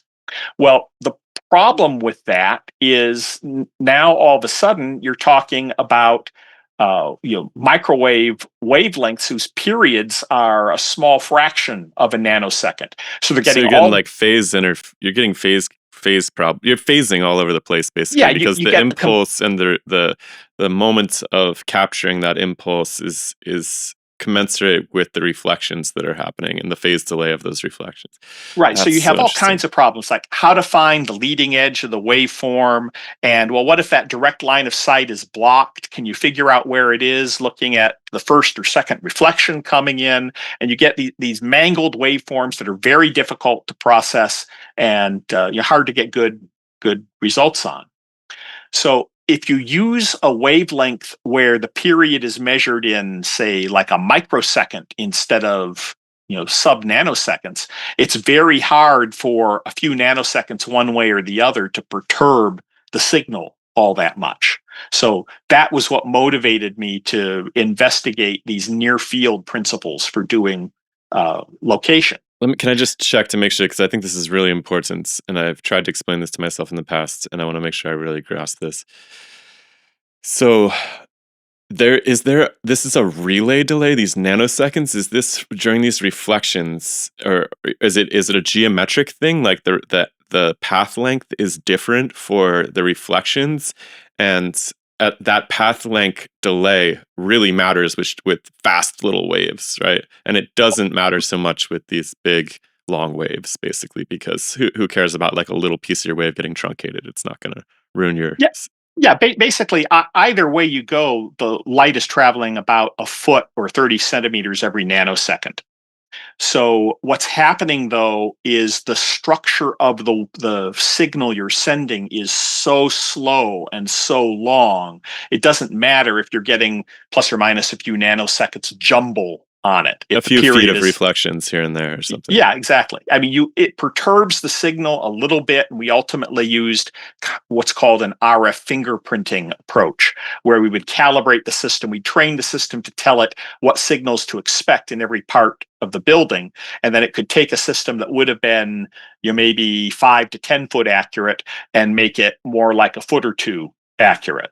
So we were able to track these transmit tags to accuracies of a couple feet through walls, around corners, through obstructions in very complicated propagation environments like nuclear plants or coal mines or industrial facilities or warehouses, and so forth.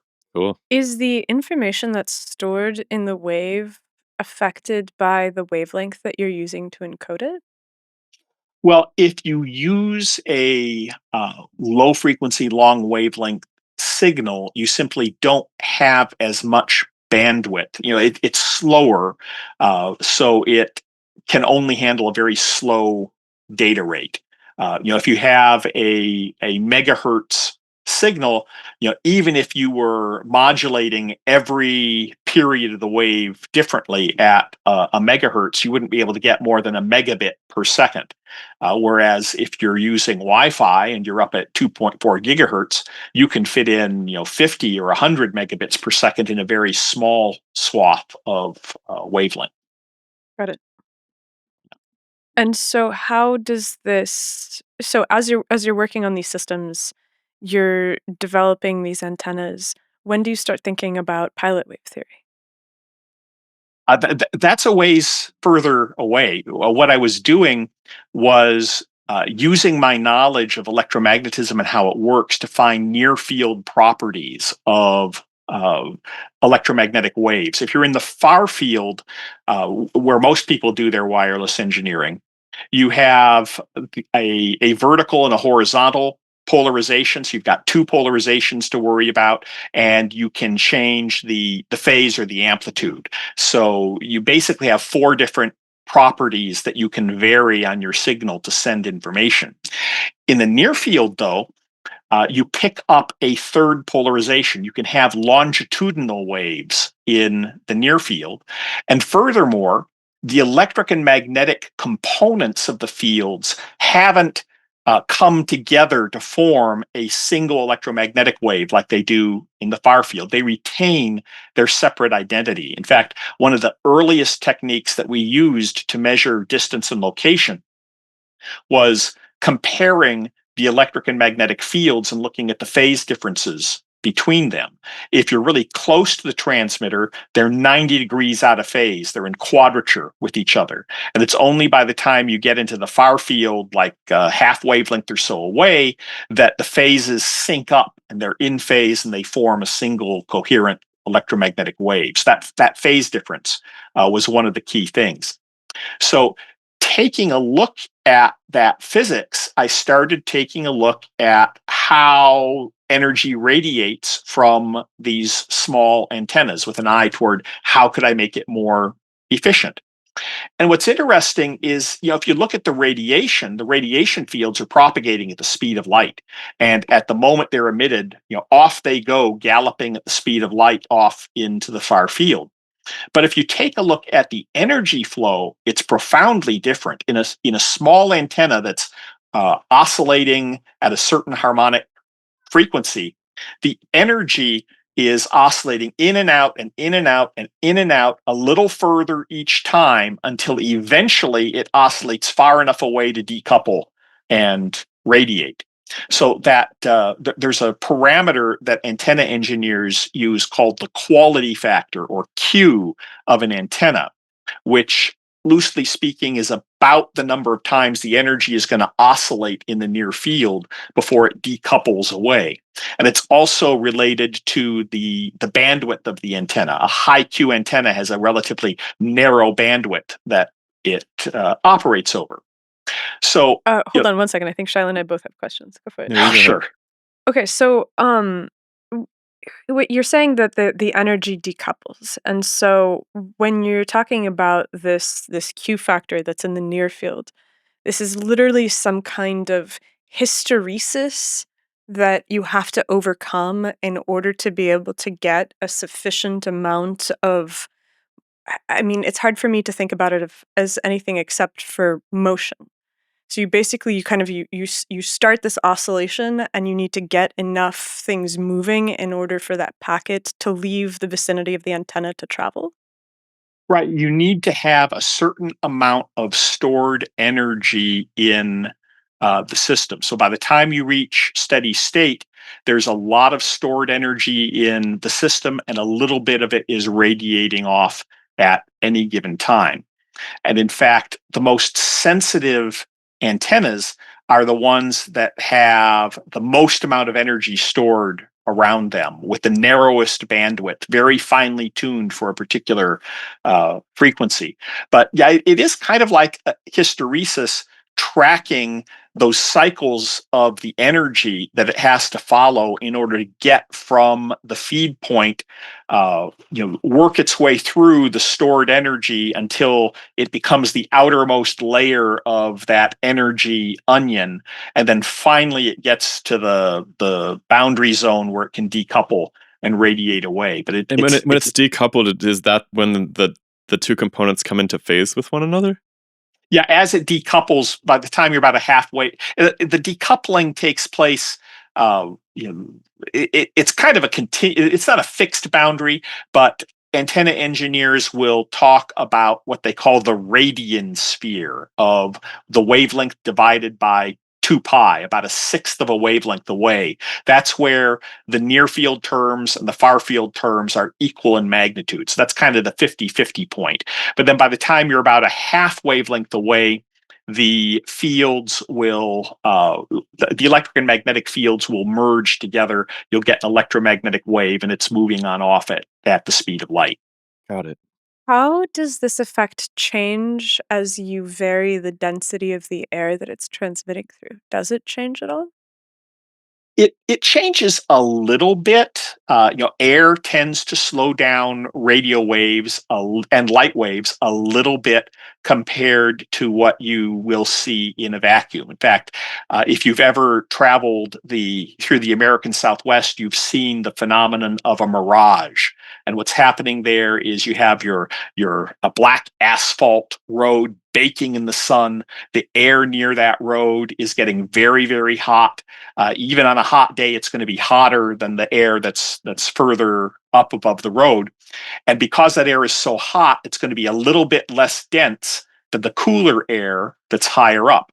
Because of that, the light travels a little bit faster close to the road than it does higher up. So as light is grazing close to the road, it's tending to curve back up, and it creates the appearance of a reflection off of a puddle of water on the road. So that's an example of how a slight difference in the air density can cause a slight difference in the speed of light and change the trajectory of the light.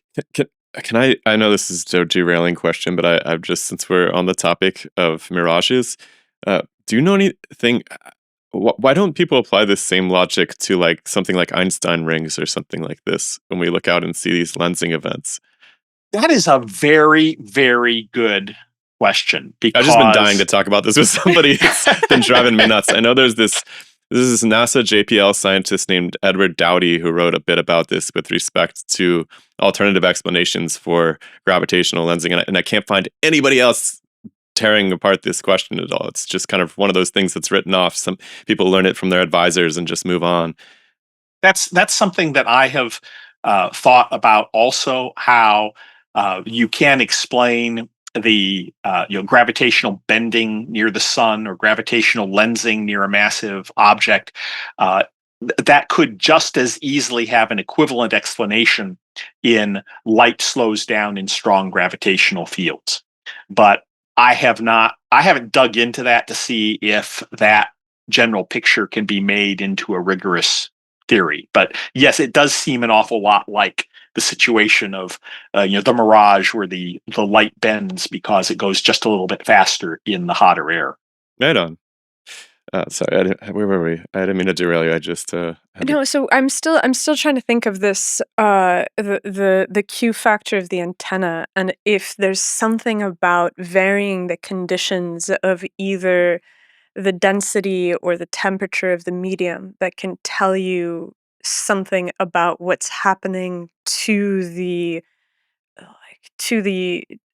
it, ether. I hate to put that down, Yeah. but Well, you can certainly change the material properties and affect how the antenna behaves.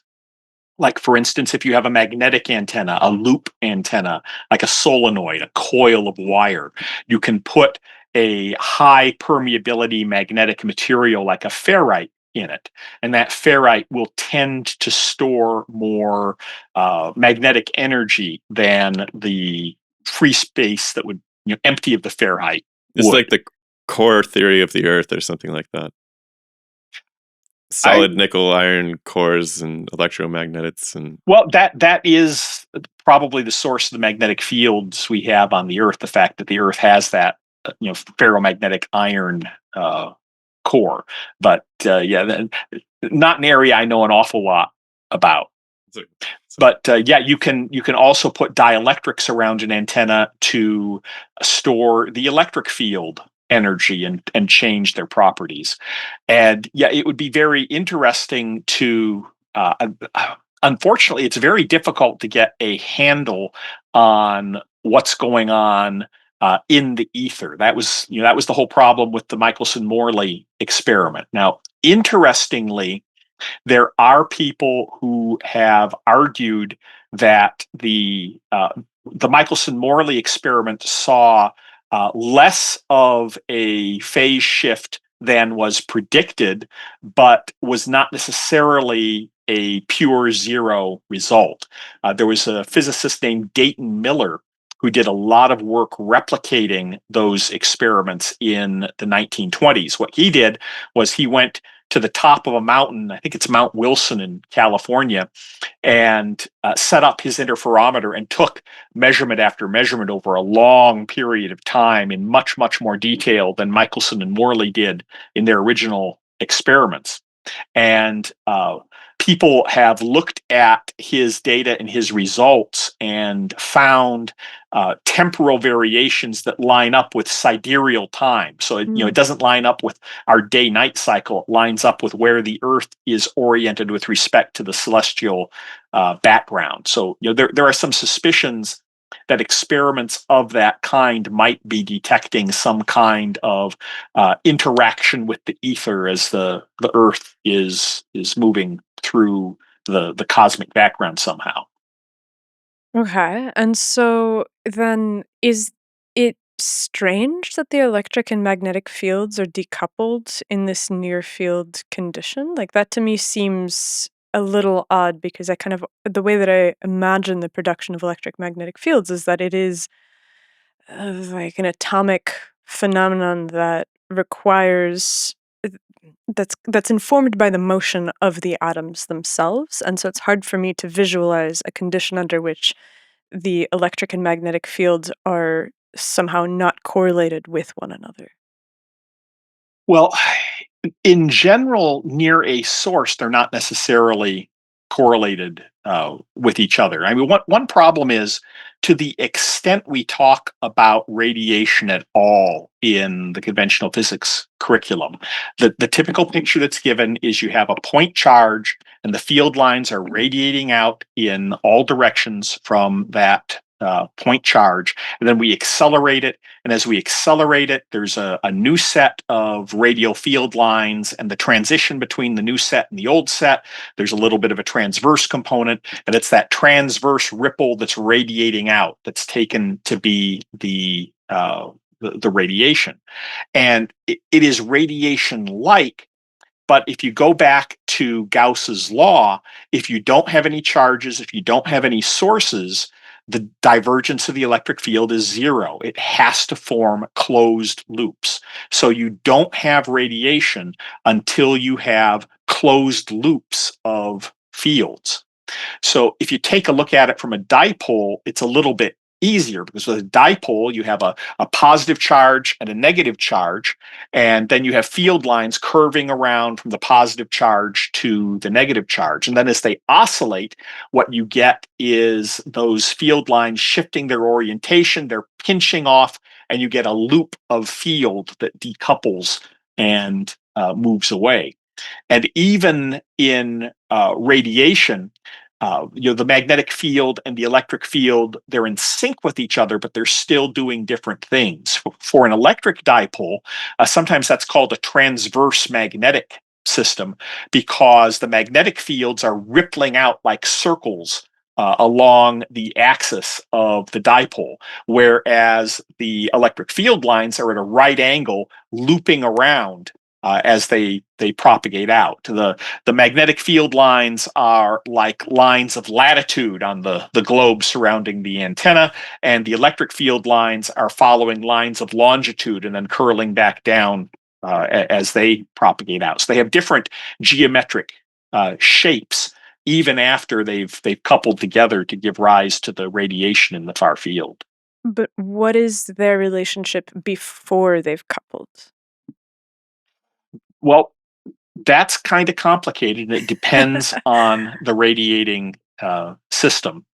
In that case, the magnetic fields are always circles oriented around the axis of the antenna, and their orientation will be either clockwise or counterclockwise in a kind of complicated pattern that only syncs up with the electric field by the time you get to the far field. If you look at the electric field, what you find is the electric field lines are pinching off from the source, usually about an eighth to a sixth of a wavelength away from the dipole source. They pinch off and then close off to form the closed loops that decouple and radiate away. Does that depend on the dimensions of the antenna, though? Is that perhaps reflecting something about like the width, the thickness versus the length? Yeah, it does depend on the antenna. The easiest system to get your mind wrapped around is an ideal point dipole. And it's a good model for a very tiny, electrically small antenna. But for practical purposes, physicists or engineers, when they want to make an antenna, they'll usually go with something that's about a quarter wavelength in scale, because it's going to be more efficient than that smaller antenna. And what you find with a quarter wave dipole, like a monopole piece of wire coming out of a ground plane, or two wires driven against each other, you find that the fields stay more closely coupled to the antenna and before they decouple away. In fact, the energy flow comes out the feed point of the antenna and tends to flow up the antenna a ways before then radiating its way out. And I'm just guess I'm like kind of, my suspicion is that travel path is integral in the phase difference between these two signals. I feel like there must be, like, the shape of the antenna is defining the nature of the disconnect between the electric and the magnetic field. It will impact that disconnect, but there's all kinds of fascinating things happening with the phase around a dipole antenna, and I ran into them because those were exactly some of the phenomenon we were using in our tracking systems. And ironically, to the best of my knowledge, Hertz has diagrams of the phases of the electric and magnetic fields around a small dipole. I've never seen anyone else discuss those phase curves and what they mean and what they do until I rediscovered them back in my work a couple decades ago.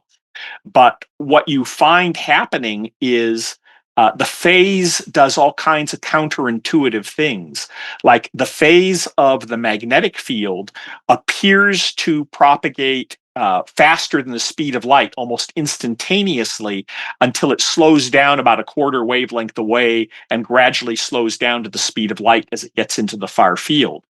The electric field phase is even more confusing because if you look at it, it is as though it goes back in time before turning around and slowing down to the speed of light, going on back. Now that's because phase velocity isn't subject to the rule that all signals have to follow the speed of light. You can have phase propagating much faster than the wave itself.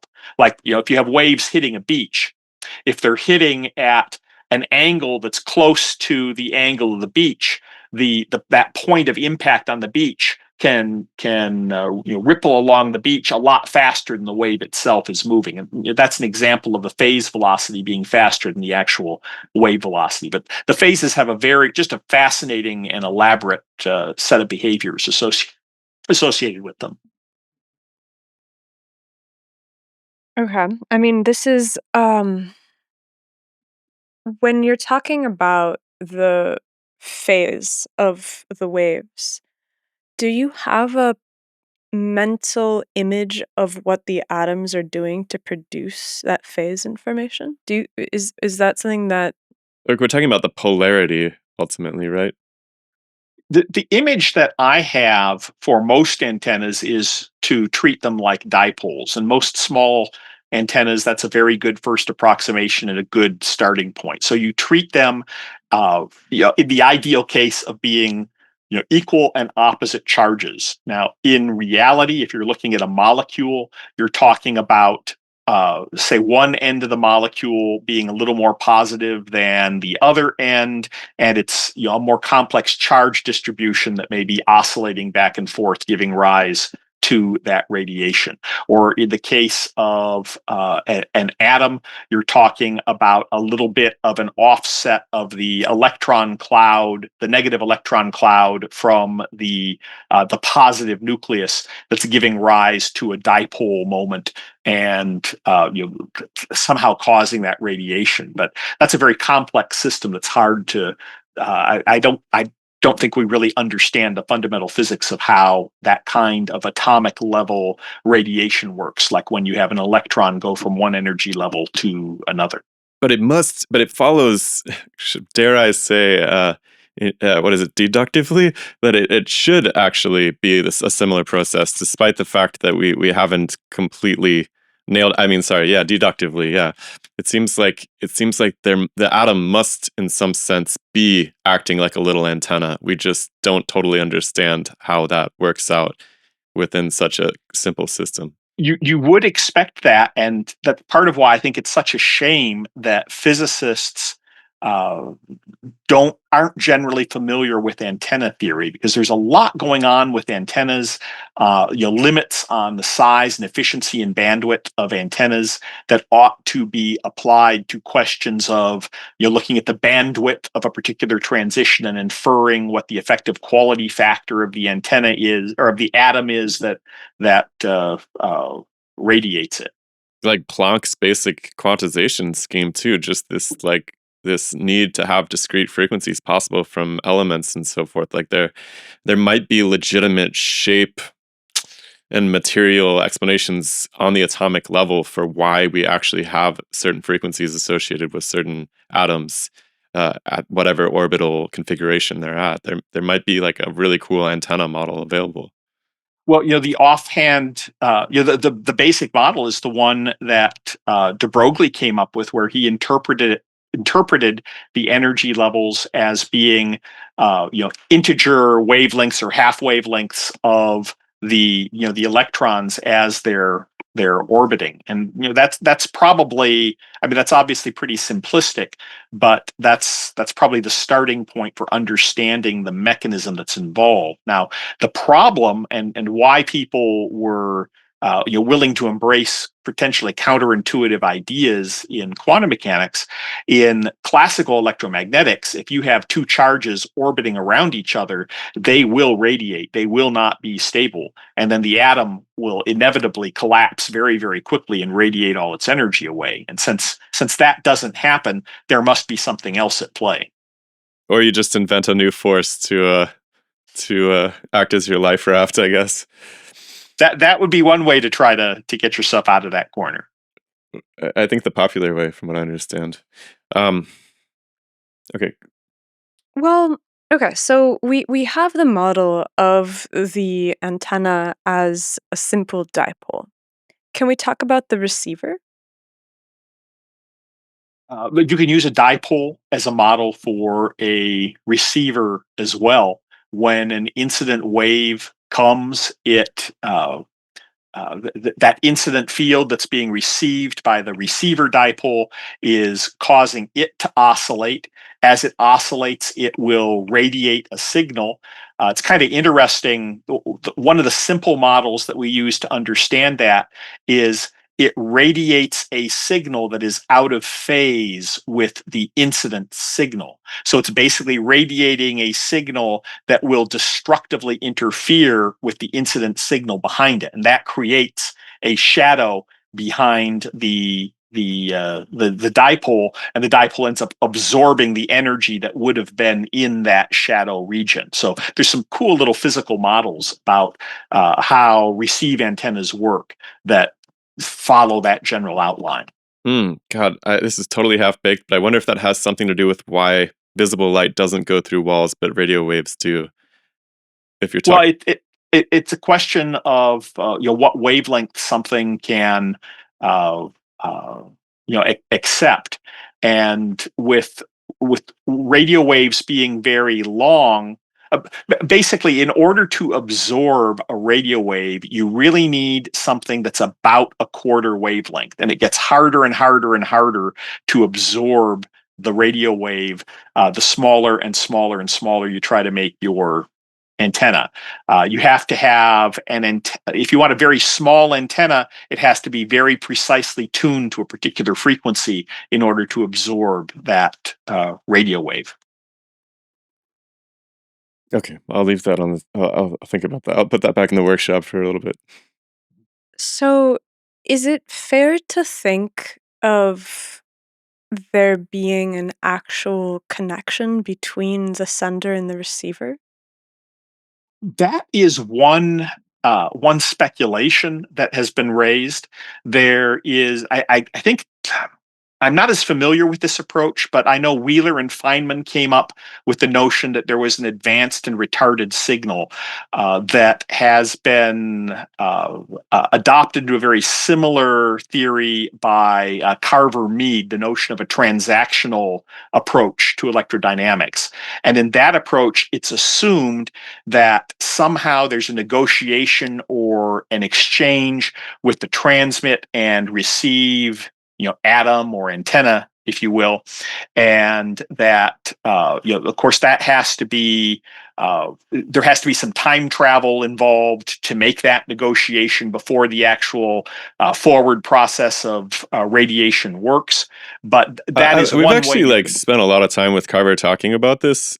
He's an awesome dude, but we were able to ultimately sort of persuade him that although you can view this as like a time travel type thing, that if let's just say there's just an antenna and a receiver in a vacuum, that if the one was participating, if they were physically connected to each other in some unseen way, that the participation of the receiver from the get-go could be a spatial connection rather than a temporal connection. Like, because the two parameters are in some sense interchangeable, you could have participation that's not like some weird time travel. It's just the fact that both material structures are involved from the beginning. I think if you did that, though, you would have to have some kind of faster than light influence or some instantaneous coordination across the intervening space between the two systems. Right. So the idea would be that you have some sort of extremely taut tensile connection between the two uh, actors, and that the propagation and the deformation of this medium, whatever, that did have a notable material delay, but that the initial impulse was being acted out much faster. This would be the pilot wave, actually, to be honest with you, like the best way that I can understand. We haven't got quite to pilot waves yet, but there would be this sort of interaction that takes place in collaboration between these two entities prior to the actual wave fronts of the full light, the induction of the polarity reversal in the receiver at the other end. Mm-hmm. Well, I mean, I it's really tricky. Obviously, yeah, you got problems to solve either way. It's kind of tricky and counterintuitive to wrap your head around. I mean, I had the benefit of getting the Wheeler-Feynman advanced retarded theory of electromagnetism direct from Wheeler himself, and it still confused the heck out of me until I read Carver Mead's book, and he really makes it clear. I really recommend his book. I think it's Collective Electrodynamics or something like that, little green where he book. lays that out. It's very well written, very clear. I'm skeptical of his theory, but it is a very good presentation of it. So are we at the point where we need to bring pilot waves into the story? Like, Well, in terms of your own development, as you're looking at this and you're developing these near field antennas, the far field antennas, you said that you started looking to pilot wave theory at a certain point. Like, have we hit that point? Let me explain a little bit more about how I got to pilot waves, because it was through a little more speculation of electromagnetism and how it works. In studying these electromagnetic systems, what I ran into again and again were situations where, fields propagate away at the speed of light, but energy flow doesn't. I talked already about the case of a small harmonic dipole radiating. Well, those radiation fields, the moment there's a little wiggle of the current, the radiation field is popping out and moving at the speed of light. But if you track the energy that ends up with that field, it's energy that had started close to the antenna a long time ago and is only now getting coupled to that particular radiation field, because it's the energy on the outside that radiation field is going to grab and move away. So I started looking at these space-time diagrams and realizing that fields and energy were taking different paths through electromagnetic systems. And as I was revising my ultra-wideband antenna textbook for the second edition, I wanted to go back and be real thorough and basically explain some of the very simple problems. So one of the problems I decided to tackle is the problem of what happens when two plane waves pass through each other. And what I found was really kind of counterintuitive and surprising. I found that if you have identical waves passing through each other, they end up trading their energy. The fields will pass through each other at the speed of light. But if you look at the energy, when you have a constructive interference, the energy slows down. It becomes electrostatic. When you have a destructive interference, again, the energy slows down and it's magnetostatic. So when you have that interference, the energy slows down, comes to a stop, and then changes direction and goes the other way. So the two waves exchange energy. And that was really the example that drove it home for me. They have to be two different things that we're talking about here. What in the world does it mean to have energy moving? Well, that's a concept that is a little easier for someone who's an antenna designer to wrap their head around. A lot of times in the conventional physics treatment, looking at atomic physics, you're thinking of, this atom emits a photon and it's absorbed by another atom. But when you're dealing with antenna theory, what you're dealing with is you're assuming you have a transmit antenna and it's sending out a signal, and that signal is somehow everywhere in the region around the antenna. And no matter where you put a receive antenna, you're going to pick up a portion of that signal. And the location of your receive antenna, its an orientation, and the distance between the receive and transmit antennas, that tells you the properties of the signal you're going to receive. But from an antenna perspective, that signal, the signal is all over the place. It's everywhere. So that makes it, from that perspective, it's a lot easier to accept the idea that Maxwell advocated, that somehow free space has the property of being able to store energy and to convey it from place to place. So it's there, present in the space, and then you're putting an antenna there to pick off some of it on the receive side. And so you're talking about the charging of that free space in some sense with this energy that has a different time constant than the actual wave propagation itself of the electromagnetic radiation? Well, it depends on the kind of situation you're talking about. If it's electromagnetic radiation, electromagnetic radiation is characterized by an equal balance of electric and magnetic energy. It has the same amount of electric energy as it has magnetic energy. And there is a mathematician who did a lot of fundamental work on engineering called Sergei Shelkonov, who came up with the concept of taking impedance. Impedance is the ratio of voltage to current in a circuit, generalized to alternating circuits. He realized you could take that concept of impedance and apply it to fields, and that you'd have the ratio of the electric to magnetic field intensity giving you the impedance of the field. For free space, that ratio is 376.7 ohms. That's the magnitude of the electric field, the ratio between the electric and magnetic field for any radiation from radio waves to light, anywhere in free space, if that's the only wave present at the time.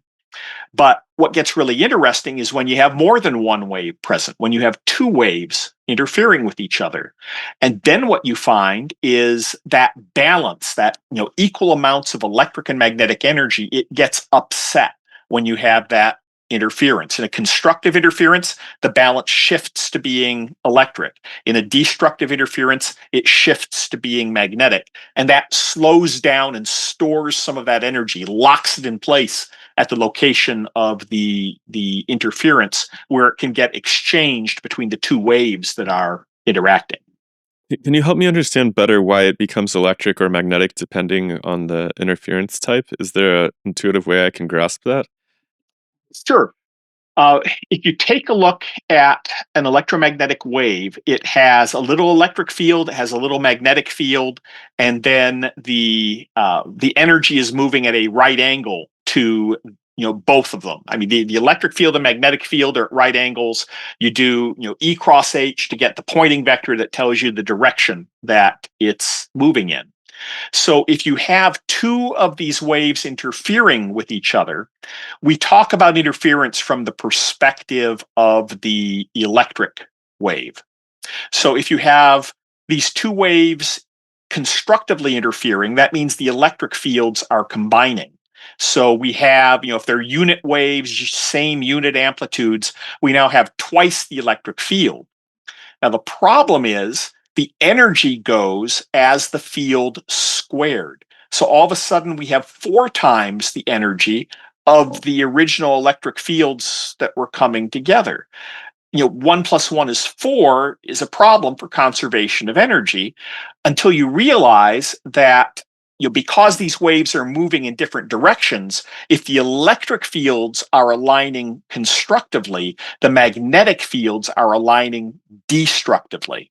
So what you have happening is, from that original balance of electric and magnetic energy. Oh, because they're going in opposite directions. Right. I see. Okay. All right. So it all just clicked in my brain.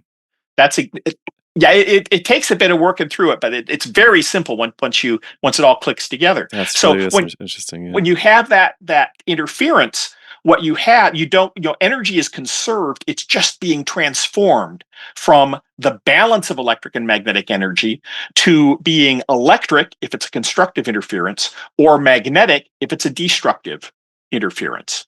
But the energy slows down and stops and gets exchanged between the two waves as they do that. And and that's what that was the fundamental thing that drove me to this fields and energy perspective, and the realization that conventional thinking in physics is that electromagnetism is due to one thing: a photon that simultaneously combines the mutually contradictory properties of being a particle and a wave. And if you look at classical electrodynamics and how energy flow works, it's very clear that electromagnetism is due to two things. It's due to the fields that are propagating at the speed of light through our electromagnetic systems, but they are guiding the flow of energy. And that energy only moves at the speed of light in a pure electromagnetic wave that's isolated. The moment you have a couple electromagnetic waves come together and interfere with each other, some of that energy is going to slow down and change direction. Just because it's being redirected into a different kind of interaction, like in the moment of that interaction requires some kind of physical transformation. If you want to have a physical wave, a wave has a balance of, like a mechanical wave will have a balance of potential and kinetic energy if it's an isolated wave. If you have an electromagnetic wave, it has a balance of electric and magnetic energy associated with moving at the speed of light. So yeah, when you start having an interference, when you start having two waves come together, the energy slows down and changes direction. I can give you a good example. If you're familiar with image theory, when we want to solve an electromagnetic problem involving reflection off of a plane, so we have a source here and we've got a plane that we want to have the fields interact with. A The mirror. way we model that is we put an equal and opposite virtual source on the other side of the plane. And then we add up the fields, and that gives us the solution for what the fields look like for the signals from that source reflecting off the plane.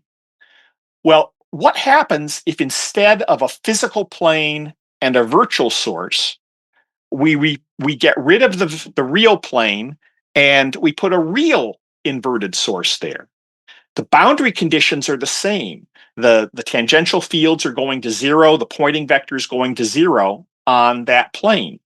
So just as the fields and energy will bounce off of that real plane and can be modeled with that, inverted virtual source, if you have a real virtual source, it's generating fields that also cause that same kind of bouncing of energy to take place.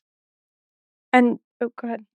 And so, how does this link us to pilot wave theory? Like, is it just the idea that there is some kind of exchange that's happening here that It, really makes it real?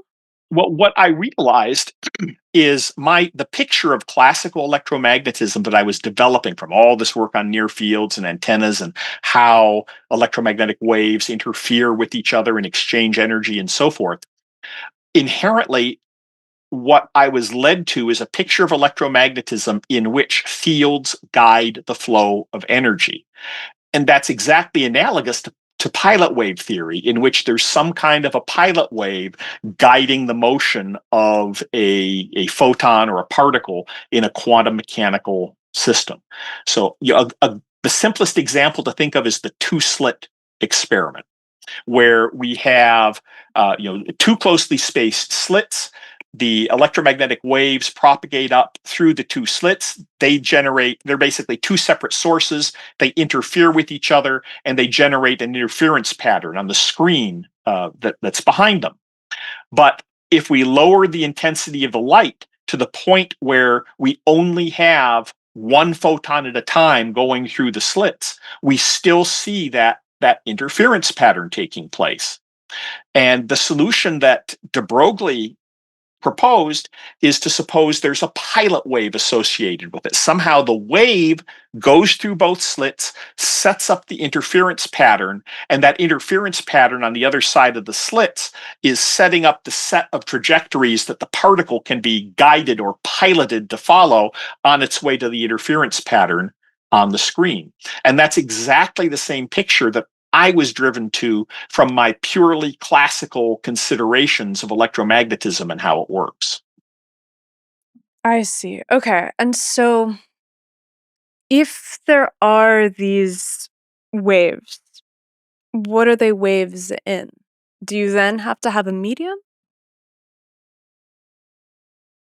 You can treat them as mathematical abstractions. And in fact, that's the way I think if you asked most antenna engineers, is there an ether? Is there a medium for these radio waves? They'd say, oh, we don't need that. We've got the equations for the dipole fields. We've got the equations that describe how the transmit power and the gain and on the transmit side and the gain on the receive side. We've got these equations that describe the link. We don't need a medium. We've got the math to describe it. So you can certainly treat the problem as being a case of mathematical abstractions and mathematical waves propagating through space that somehow are governing the direction and flow of particles. My suspicion is that there is a more fundamental process involved that you could think of as being a medium or process taking place in free space that's giving rise to that mathematically abstract wave that you might use in the calculation. It seems to me like the trick that's slowed a lot of people down with this ether stuff in modern times is conceiving of a polarizable medium, something that can actually do this transverse dance thing across space like this. Like, what would that actor actually be doing? Well, I mean, we have some clues as to its nature. If you make an electric field strong enough, it polarizes empty space sufficiently strongly that it generates an electron positron pair. So it can polarize empty space to the point where the energy involved in the field will condense into physical matter, an electron and a positron. So, I mean, that certainly looks as though free space is somehow a polarizable medium where if you put enough energy into it, you can polarize it so strongly that you rip it apart into an electron positron pair. Yeah, but nobody's actually been able to make empty space is the problem. So like I'm always stuck like staring at that one or two atoms bouncing around in that chamber, like very, very suspicious about how they're contributing to the balance of things. But I hear you. That is, I mean, it again, conceiving of the actual uh, substance and its attributes as it does this dance that we're talking about, this energized or this electromagnetic waving dance. Like it's a tricky thing to conceptualize. Well, you do see evidence for this kind of thing. In fact, it was very surprising when people started making putting gamma ray observatories into orbit.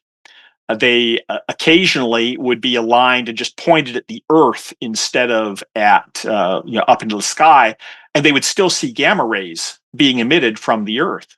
And as they investigated that further, they discovered that in many cases, lightning storms generate gamma radiation. The electromagnetic fields in a lightning storm are so strong that they will generate electron positron pairs that promptly end up annihilating each other and giving that characteristic like 511 kilo electron volt signature of an electron positron annihilation. That's wild. I had no idea. So, why was pilot wave theory not considered as a legitimate contender? Like, what is the opposition that people had for it? Well, the opposition goes back to positivism as filtered through the Copenhagen interpretation of physics. We're not going to speculate about arbitrary mechanisms and processes that are involved. We can do all the quantum mechanical calculations we want by just sticking to the equations and not supposing that there are some hidden variables at play. So, why bother entertaining a notion like pilot wave theory if if it's not required in order to solve physical problems of interest? That would be the summary. Now, as you go into pilot wave theory, there are some complexities involved, particularly as you start trying to extend and apply it to many body systems where people run into problems that haven't been surmounted yet. But the fundamental philosophical argument, I think, is the positivistic one that I shared. But is it just that the mathematics of the interaction of a many-body system and the interference patterns that they set up is too difficult to easily work with? Are these the difficulties? It gets very complicated, but I'm not. I'm not really up on the whole many. I understand there are problems with doing the many body approach because you end up the hidden variables, instead of being nice, well behaved, physically understandable trajectories in physical space, end up being states in some kind of a phase space. I have not studied many body pilot wave theory to really dig into that problem, but I know some people have and have found they think it's intractable.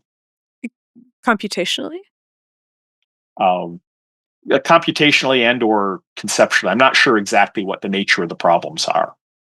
Interesting, because I do have a suspicion sometimes that one of the reasons that theories become primary is because they let you handle a problem in a way that is tractable, right? So if you have if you have something that more accurately describes reality, but it is a much harder system to work with and to parameterize and to conceptualize, then that's going to be the version of the world that falls by the wayside because you have something that's much easier to work with. Do you Oh, think that sure. this is kind of the case here? Well, yeah. I mean, that's always the problem. Why would you use a more complicated model if you can get away with using a more simple model? I mean, it's kind of ironic. We've adopted the heliocentric Copernican model of the solar system for many centuries now, but if you ask the people doing the orbital dynamics, calculating satellite orbits, they're usually using implicitly a geocentric model of the solar system because it's just easier to do the math with a geocentric coordinate system and deal with the heliocentric idiosyncrasies as perturbations to it instead of trying to do all of the calculations in a heliocentric coordinate system. So a lot of times people will use a simpler model, even though they know in physical reality it must be more complex. And similarly, there's not an incentive to use the more complex model if until or unless the models you're using are beginning to break down for the problems you want to solve. That's the final piece of this puzzle, and I don't know that we'll have time to completely take this apart, but what sorts of problems do you think can be addressed by conceiving of this transaction, this interaction, light, in the way that you've presented so far? Well, sure. There's a long-standing classic problem in electrodynamics called the problem of radiation reaction. And the basic idea is if you accelerate a charge and you assume that you're wiggling a charge and the photon is popping out, well then the radiation field associated with that photon is going to impart an additional acceleration on the charge, which means you're going to get more radiation, which means you're going to get more acceleration, and so on in a exponentially increasing acceleration. That's what you get when you assume that the radiation is reacting against the charge that is giving rise to that radiation. Now, what I think the problem is that physicists are engaged in reductionism, where they've made the problem. That's a case where they made the problem too simple. We know that if you ask the question, what is the sound of one hand clapping? Well, that question doesn't make any sense because you have to have at least two hands to clap and make applause. Well, similarly, a single charge does not radiate. You have to have at least two charges. There has to be some other charge giving rise to the acceleration you're talking about in order for that radiation to take place. So, talking about the radiation from a single charge accelerating makes no more sense than talking about the sound of one hand clapping. If you take a look at the overall system, what you discover is if you have an accelerating charge, like in a field that's set up between two parallel plate capacitors, well, that accelerating charge is moving faster and faster. It is like a little current that's increasing and is gaining magnetic energy. An accelerating charge absorbs energy. You can look at it mechanically. It's moving faster. The velocity is getting bigger. The kinetic energy is getting bigger. Whether you look at it electromagnetically or look at it mechanically, an accelerating charge is absorbing and gaining energy, not radiating it. So the question is, well, where's this radiation come from? And if you take a look, the radiation fields that are radiating away from that little accelerating charge are radiating out through the influx of energy being absorbed by the charge. And it's only in the fringing fields of the capacitor that's causing that acceleration that it will decouple some of the energy that's there and radiate away. So, if you treat the problem of an accelerating charge as a problem with fields and energy where they're two different things, problem makes sense and you avoid this problem of the paradox of radiation reaction and the exponentially increasing acceleration. So that's one problem. Another problem that I ran into when I was doing location systems is you can take two loop antennas and put them at right angles to each other and feed them with signals that are 90 degrees out of phase. And if you do that, you get the equivalent of one antenna that's spinning around with a frequency that's equal to the RF frequency. And if you look at the radiation that's emitted from a signal like that, what you find is it's from a system like that, it leaves the antenna and it curves to the point where it ends up on a trajectory that is offset by the wavelength divided by pi. About a third of a wavelength away is the trajectory that that energy ultimately leaves the system at.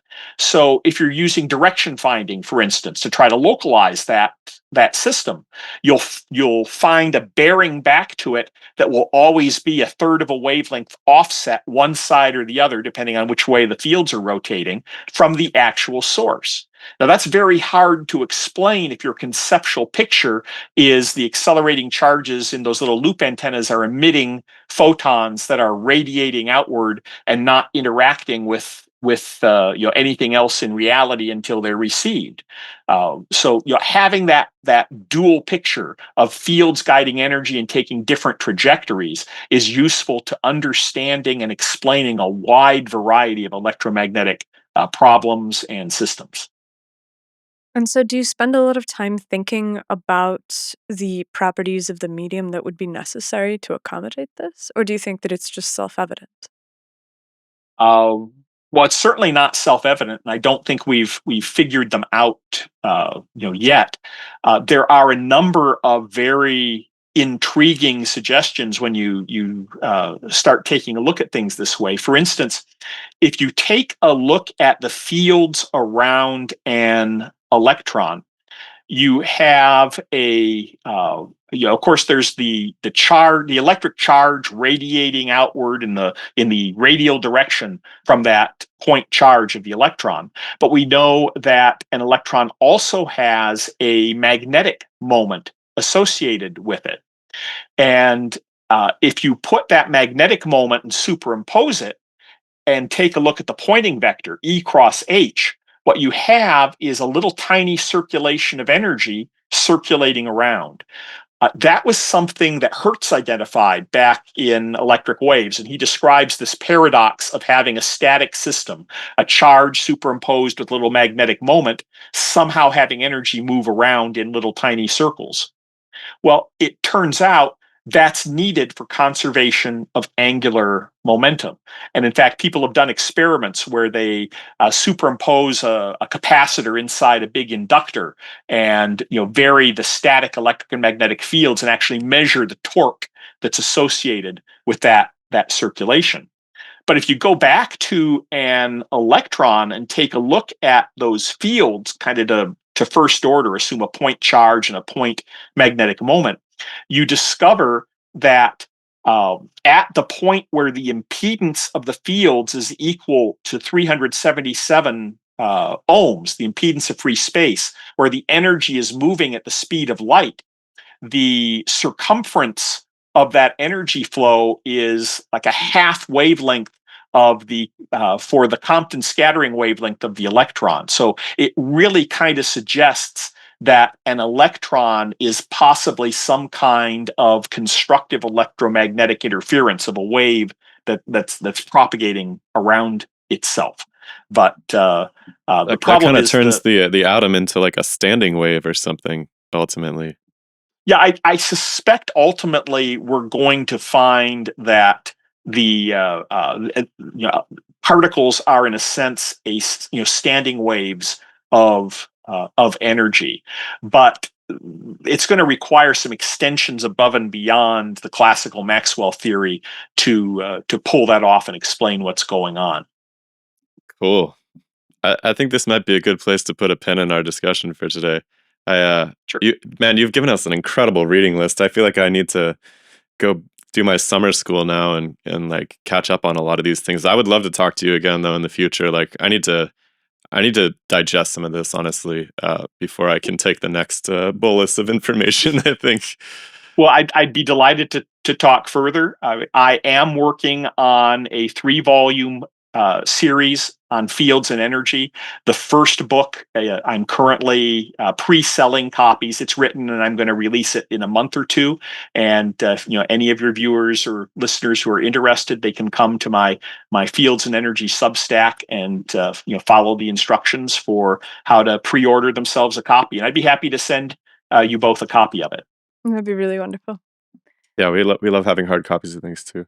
Yeah, I think that there's so much here to really fit into the mental model of electricity and magnetism that I have, that it's going to take time to be able to absorb it all.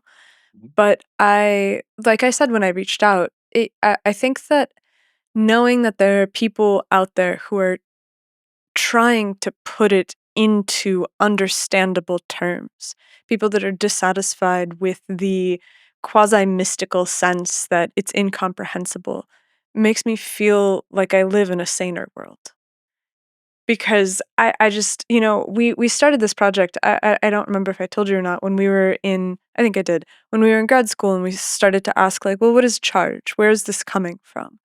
And the realization that there were these fundamental questions in physics that yet hadn't been answered and weren't ranked as questions worth answering has never really stopped disturbing me. Well, it was And also super exciting, right? I think that was the first time we actually woke up as scientists. Like we actually got excited, like, whoa, there's actual mysteries, right? Because you go down like the academic pipeline, you can go all the way through your PhD and just kind of feel like, well, everything's basically figured out. We're just gonna like, and I actually thought it was horrifying, but it was also like super exciting because I think that was the first time Anastasia and I like really started spending our time talking about science, like really trying to get to the bottom of things, right?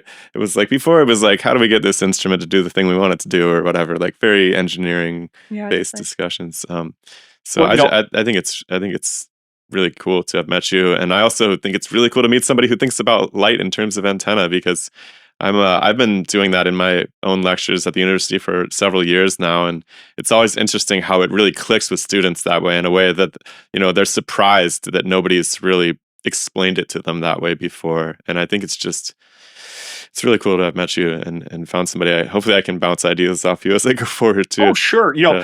Oliver Lodge, well over 100 years ago, said, if we ask the question, what is electricity, we have to acknowledge we don't know. And I don't think we're a whole heck of a lot of the way further along being able to answer those fundamental questions about what is electricity, what is an electric field, what is a magnetic field, what's going on.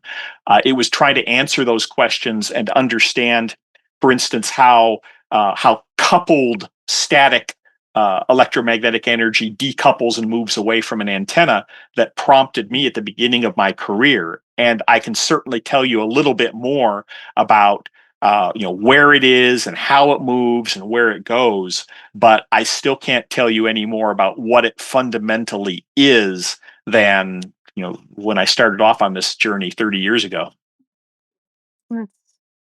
I have some ideas. We should talk more. I think that, like I said, I think we will be more effective if we come to this again with a fresh tank of energy and have really processed all of the ideas you put in front of us today. So, but I think that will be a good conversation going forward. But yeah, so thank you again for giving us your time, and everybody should go and check out this book series as it comes out. And you've also written like a series of like hard sci-fi thrillers where you've woven some of the ideas into them. Is that true? Yes, I wrote the Hidden Truth series. It's a conspiracy, alternate history, techno thriller. I was kind of stunned as I started looking at these simple ideas of like how waves interfere and how they exchange energy. I was surprised that people like Hertz and Heaviside hadn't already figured all this stuff out. So I asked myself, well, what if they had figured it out, and what if the answers had been suppressed for some reason? And that was the premise of my story. So the inciting incident is when a high school student goes to a forgotten, overlooked technical library in his Appalachian hometown and discovers that some old electromagnetics books, the text is a little bit different in the physical version he got from his library compared to the online scans. And that sets him off on the course to try to uncover who is attempting to change the past to control the present and rule the future. Ooh, I love that. All right, we'll check that out before next time as well. Heck yeah. Hans, thank you so much. It's been a real pleasure. Like Shiloh said, I'm completely filled with things that I need to fit into my model of the world. So let's do this again in a couple of months, and hopefully I'd be delighted. Thank you so much for having me on. It was really great. Thank you. Yeah, have a great rest of your day, sir. Okay. Bye, everybody.